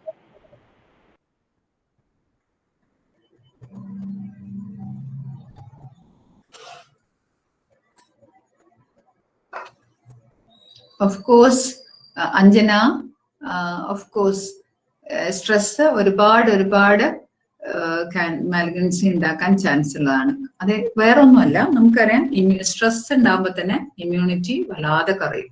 അതുകൊണ്ട് തന്നെ നമ്മളെ ബോഡി ഫൈറ്റ് ചെയ്യാനുള്ള ഒരു കഴിവുണ്ട് നമുക്ക് ബോഡിക്ക്. ആ ഫൈറ്റ് ചെയ്യാനുള്ള കഴിവ് നശിപ്പിക്കും ശരിക്കും. ഇമ്മ്യൂണിറ്റി വല്ലാതെ കുറയും. സ്ട്രെസ് എന്ന് പറയുമ്പം നമ്മുടെ ബോഡിയിലുള്ള ഹോർമോൺ മില്യൂ വ്യത്യാസം വരും. നമുക്കറിയാം അഡ്രിനാലിനൊക്കെ എന്തോരം സെക്രീറ്റ് ചെയ്യും സ്ട്രെസ് വരുന്ന സമയത്ത്. അങ്ങനെ ഈ പറഞ്ഞ ജീനിനൊക്കെ മ്യൂട്ടേഷൻ ഉണ്ടാക്കാൻ ഒരുപാട് സഹായിക്കും. ആര്? ഈ സ്ട്രെസ് എന്ന് പറയുന്ന സാധനം. കുറെ പ്രോട്ടീൻസ് ഉണ്ട് നമ്മുടെ ബോഡിയിൽ. സൂപ്പർ ക്വാളിറ്റിയുള്ള കുറെ പ്രോട്ടീൻസ് ഉണ്ട്. ഈ പ്രോട്ടീൻസ് ഒക്കെ തന്നെ നമ്മളെ ഇതിനെ മാലിഗ്നൻസിനെ പ്രിവെന്റ് ചെയ്യാൻ വേണ്ടിയിട്ട് ഉണ്ടാക്കുന്ന തന്നെയല്ല, നമ്മുടെ ബോഡിയിൽ തന്നെ ഉണ്ടാകുന്ന കുറെ പ്രോട്ടീൻസ്. ഈ പ്രോട്ടീൻസിന്റെ ഒക്കെ പ്രൊഡക്ഷനും അതിന്റെ എന്താ പറയാ അതിന്റെ വർക്കിംഗ് ഇതും ഒക്കെ സ്ട്രെസ്സിന് നശിപ്പിക്കാൻ പറ്റും. അതുകൊണ്ട് തന്നെ ചാൻസ് വളരെ കൂടുതലാണ്. വളരെ പോസിറ്റീവായി ജീവിക്കുക, വളരെ പ്ലഷറായിട്ട് ആക്റ്റീവായിട്ട് ജീവിക്കുക, മറ്റുള്ളവർക്ക് വേണ്ടി ജീവിക്കുക എന്ന് പറയില്ലേ, അതേമാതിരി നമ്മള് വളരെ ആക്റ്റീവായിട്ട് നല്ല ഹോബീസ് ഉണ്ടെങ്കിൽ അത് ചെയ്യുക. അങ്ങനെ ആക്റ്റീവായി ജീവിക്കുന്ന ആൾക്ക് സാധാരണഗതിയിൽ സ്ട്രെസ് കുറവായിരിക്കും. സ്ട്രെസ് എന്ന് പറയുന്നത് നമ്മൾ ഉണ്ടാക്കുന്ന ഒരു സാധനമാണ് സ്ട്രെസ് എന്ന് പറയുന്നത്. അതായത് കൂടുതൽ ആങ്സൈറ്റി വരുമ്പോഴാണ് ഈ സ്ട്രെസ് വരുന്നത്. നമ്മൾ ആങ്സൈറ്റി ഉള്ളതുകൊണ്ട് എന്തെങ്കിലും ഒരു കാര്യം ഇപ്പൊ നാളെ അതെന്താവും എന്ന് വിചാരിച്ച് നമ്മൾ സ്ട്രെസ് എടുത്തുകൊണ്ട് ഒന്നും നേടാനില്ല അല്ലെ. ഒരിക്കലും നമ്മളിങ്ങനെ സ്ട്രെസ് എടുത്തുകൊണ്ട് അത് മാറാനൊന്നും പോകുന്നില്ല. അതിന് പകരം അതിന്റെ വഴിക്ക് പോട്ടെ, അതിനെ നമുക്ക് എങ്ങനെ ടാക്കിൾ ചെയ്യാൻ പറ്റും എന്ന് നമ്മൾ ആലോചിച്ചാൽ അതിനോട് ആ സ്ട്രെസ്സിനെ നമുക്ക് കൂടെ കൂട്ടുമ്പോഴാണ് എന്തുണ്ടാകുന്നത്, ഒരുപാട് അസുഖങ്ങൾ നമുക്ക് പ്രിവെന്റ് ചെയ്യാൻ പറ്റുന്ന, ഇമ്മ്യൂണിറ്റി നമുക്ക് റേസ് ചെയ്യും, അസുഖങ്ങളൊന്നും വരില്ല അങ്ങനെയുള്ളത്. ഇപ്പൊ സ്ട്രെസ് സുഖം ഉണ്ടാക്കുന്ന ഒരു സാധനം തന്നെയാണ്. സ്ട്രെസ് നമ്മൾ ഒഴിവാക്കണം, നന്നായി ഉറങ്ങണം രാത്രി. അതേമാതിരി നമ്മൾ പറയും 8 hours എങ്കിലും സ്ലീപ്പ് വേണം, നന്നായി ഉറങ്ങണം. ഗുഡ് ഹാബിറ്റ്സിൽ വരുന്ന ഒരു കാര്യമാണ്. ഇനി പരീക്ഷയൊക്കെയാണ്, 8 hours ഒന്നും കുറഞ്ഞു, 6 hours എങ്കിലും, ഓൾമോസ്റ്റ് 6 hours എങ്കിലും എപ്പോഴെങ്കിലും ഒക്കെ ആയിട്ട് ഉറങ്ങണം. ഉറക്കം എന്ന് പറയുന്നത് നമ്മൾ ഫുൾ ബോഡിക്ക് റിലാക്സേഷൻ കൊടുക്കുകയാണ് ചെയ്യുന്നത്. നന്നായി ഉറങ്ങുക, നിറയെ വെള്ളം കുടിക്കുക, നല്ല ഭക്ഷണം കഴിക്കുക, അതേപോലെ നല്ല ആക്ടിവിറ്റീസിൽ പങ്കെടുക്കുക. നിങ്ങൾ NSS എന്ന് പറയുന്നത് നല്ല ഒരു ഗുഡ് ആക്ടിവിറ്റിയാണ്, നല്ലൊരു എയിമോട് കൂടിയുള്ള നല്ല ആക്ടിവിറ്റിയാണ്. അങ്ങനെയുള്ള നല്ല ആക്ടിവിറ്റീസിൽ പങ്കെടുക്കുക. അങ്ങനെയൊക്കെ ആകുമ്പോൾ തന്നെ പോസിറ്റീവ് എനർജി വളരെ കൂടുതൽ ഉണ്ടാവും. അപ്പൊ നമുക്ക് ഈ സ്ട്രെസ്സിന്റെ അളവ് കുറയും. പിന്നെ നിങ്ങൾക്ക് നല്ല ഹോബീസ് ഉണ്ട്, സ്ട്രെസ് നമുക്ക് തടയാൻ വേണ്ടിയിട്ട് നല്ല ഹോബീസ് ഉണ്ടെങ്കിൽ ആ ഹോബീസ് നിങ്ങൾ ഫോളോ ചെയ്യുക. ഇങ്ങനെയൊക്കെയാണ് സ്ട്രെസ് ഇതാക്കേണ്ടത്. യോഗ, അതേമാതിരി എപ്പോഴും പ്ലസന്റ് ആയിരിക്കുക, നമ്മൾ ചിരിക്കാൻ പഠിക്കുക. പിന്നെ ഏറ്റവും ഇമ്പോർട്ടന്റ് ആയിട്ടുള്ള ഒരു കാര്യം, നമ്മൾ നോ പറയാൻ പഠിക്കണം.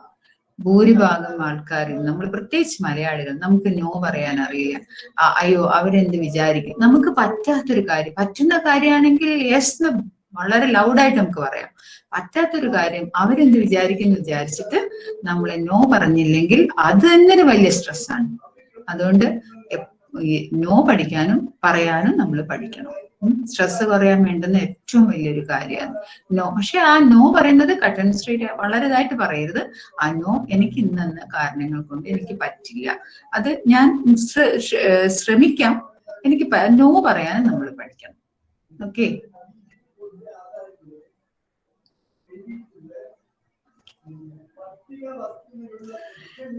ഇതൊക്കെ ഇങ്ങനെ ഓരോരുത്തർ പറയുന്നതാണ്. മുള്ളാത്ത ലക്ഷ്മി തരൂ എന്നൊക്കെ പറഞ്ഞിട്ട് മേ ബി ആന്റി ഓക്സിഡൻസ് ഉണ്ടാവായിരിക്കും. ആന്റി ഓക്സിഡൻസ് പറയുന്നത് എന്താണ്? ഈ ഒരുപാട് ഓക്സിഡേഷൻ കൂടുതൽ നടക്കുന്നതുകൊണ്ടാണ് ഇങ്ങനെയുള്ള സെൽസില് ഇതിന്റെ പ്രൊഡക്ഷൻ കൂടുതലായിട്ട് നടക്കുന്നത്, മാലിഗ്നൻസി സെൽസിന്. അപ്പൊ ആന്റി ഓക്സിഡൻസ് കൂടുതലുള്ള സാധനങ്ങൾ കഴിച്ചു കഴിഞ്ഞാൽ ഈ സൂപ്പർ ഓക്സിഡേഷനെ പ്രിവെന്റ് ചെയ്യാൻ പറ്റും. അങ്ങനെയുള്ള കുറെ ആന്റി ഓക്സിഡൻസ് ഉള്ള കുറെ ഫുഡ് നമുക്കുണ്ട്. ആന്റി ഓക്സിഡൻസ് കൂടുതലുള്ള എല്ലാ ലീഫി വെജിറ്റബിൾസിലും കൂടുതലുണ്ട്. കുറെ മൾട്ടി വൈറ്റമിൻസ് ഒക്കെ ചെയ്യുന്ന ആന്റി ഓക്സിഡൻസ് ആണ്. അങ്ങനെ ഉള്ളതായിരിക്കാം ചിലപ്പം ഇതും. പക്ഷെ അതൊരു അസുഖത്തിന് ചികിത്സയായിട്ട് പറയുന്ന എനിക്ക് തോന്നുന്നു വീട്ടിലത്താണെന്ന് തോന്നുന്നു. ആർക്കെങ്കിലും എന്തെങ്കിലും ചോദിക്കാനുണ്ടോ? എന്തെങ്കിലും സംശയം ഉണ്ടെങ്കിൽ എപ്പോ വേണമെങ്കിലും എന്നെ വിളിക്കുക. എന്റെ നമ്പർ നോട്ട് ചെയ്ത് വെച്ചോളൂ. 9497079789 9497079789. ഞാനിപ്പോ താമസിക്കുന്നത് കോഴിക്കോട് മെഡിക്കൽ കോളേജിന്റെ തൊട്ടടുത്താണ്. പക്ഷെ എനിക്ക് അവിടെ നിങ്ങളെ എന്താ പറയാ, കോളേജിന്റെ തൊട്ടടുത്തൊരു ചെറിയ ബന്ധമുണ്ട്. അവിടെ എനിക്കൊരു കുഞ്ഞു റിസോർട്ട് ഉണ്ട്. ഞാനപ്പോ ഇടയ്ക്കിടയ്ക്ക് വരാറുണ്ട് അവിടെ. അതുകൊണ്ട് അവിടുന്ന് എഞ്ചിനീയറിംഗ് കോളേജിൽ നിന്നാണെന്ന് പറഞ്ഞപ്പോ എനിക്ക് സന്തോഷം അതും കൂടി ഉണ്ട്. ഓക്കെ. എന്തെങ്കിലും സംശയം ഉണ്ടെങ്കിൽ ചോദിക്കാം, വിളിച്ചും ചോദിക്കാം. ഓക്കെ.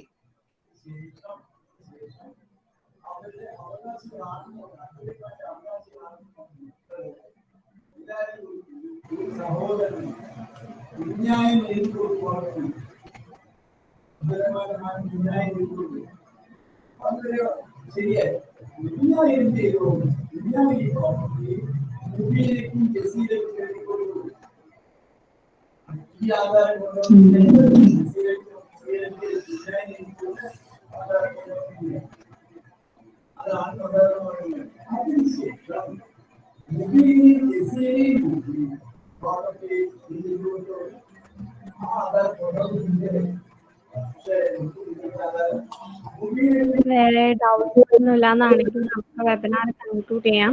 ആർക്കെങ്കിലും എന്തെങ്കിലും ഡൗട്ട്സ് ഉണ്ടെങ്കിൽ പെട്ടെന്ന് ചോദിക്കുക.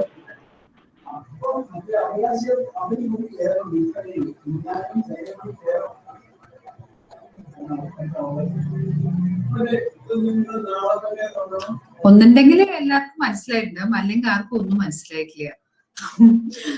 എന്ത് സംശയം ഉണ്ടെങ്കിൽ എന്നെ വിളിച്ച് ചോദിക്കാം. കാരണം ഇങ്ങനത്തെ ഒരു ടോപ്പിക് ആവുമ്പോൾ നിങ്ങളെ സംബന്ധിച്ചിടത്തോളം ഭയങ്കര ഡ്രൈ ആയിരിക്കും തോന്നുന്നു. എന്ത് സംശയം ഉണ്ടെങ്കിലും ചോദിക്കാം. എന്റെ നമ്പർ ഉണ്ടല്ലോ, വിളിച്ചു ചോദിച്ചോളൂ.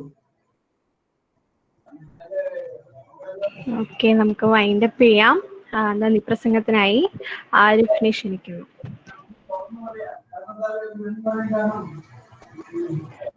മനസ്സ് നന്നാവട്ടെ. ഇന്ന് November 7 national cancer awareness day. സ്വാസ്ഥ്യം എന്ന ഈ വെബിനാറിലൂടെ ക്യാൻസറിനെ കുറിച്ച് നമുക്ക് അറിയുന്നതും അറിയാത്തതുമായ പല കാര്യങ്ങളും നമുക്ക് മനസ്സിലാക്കാൻ സാധിച്ചു.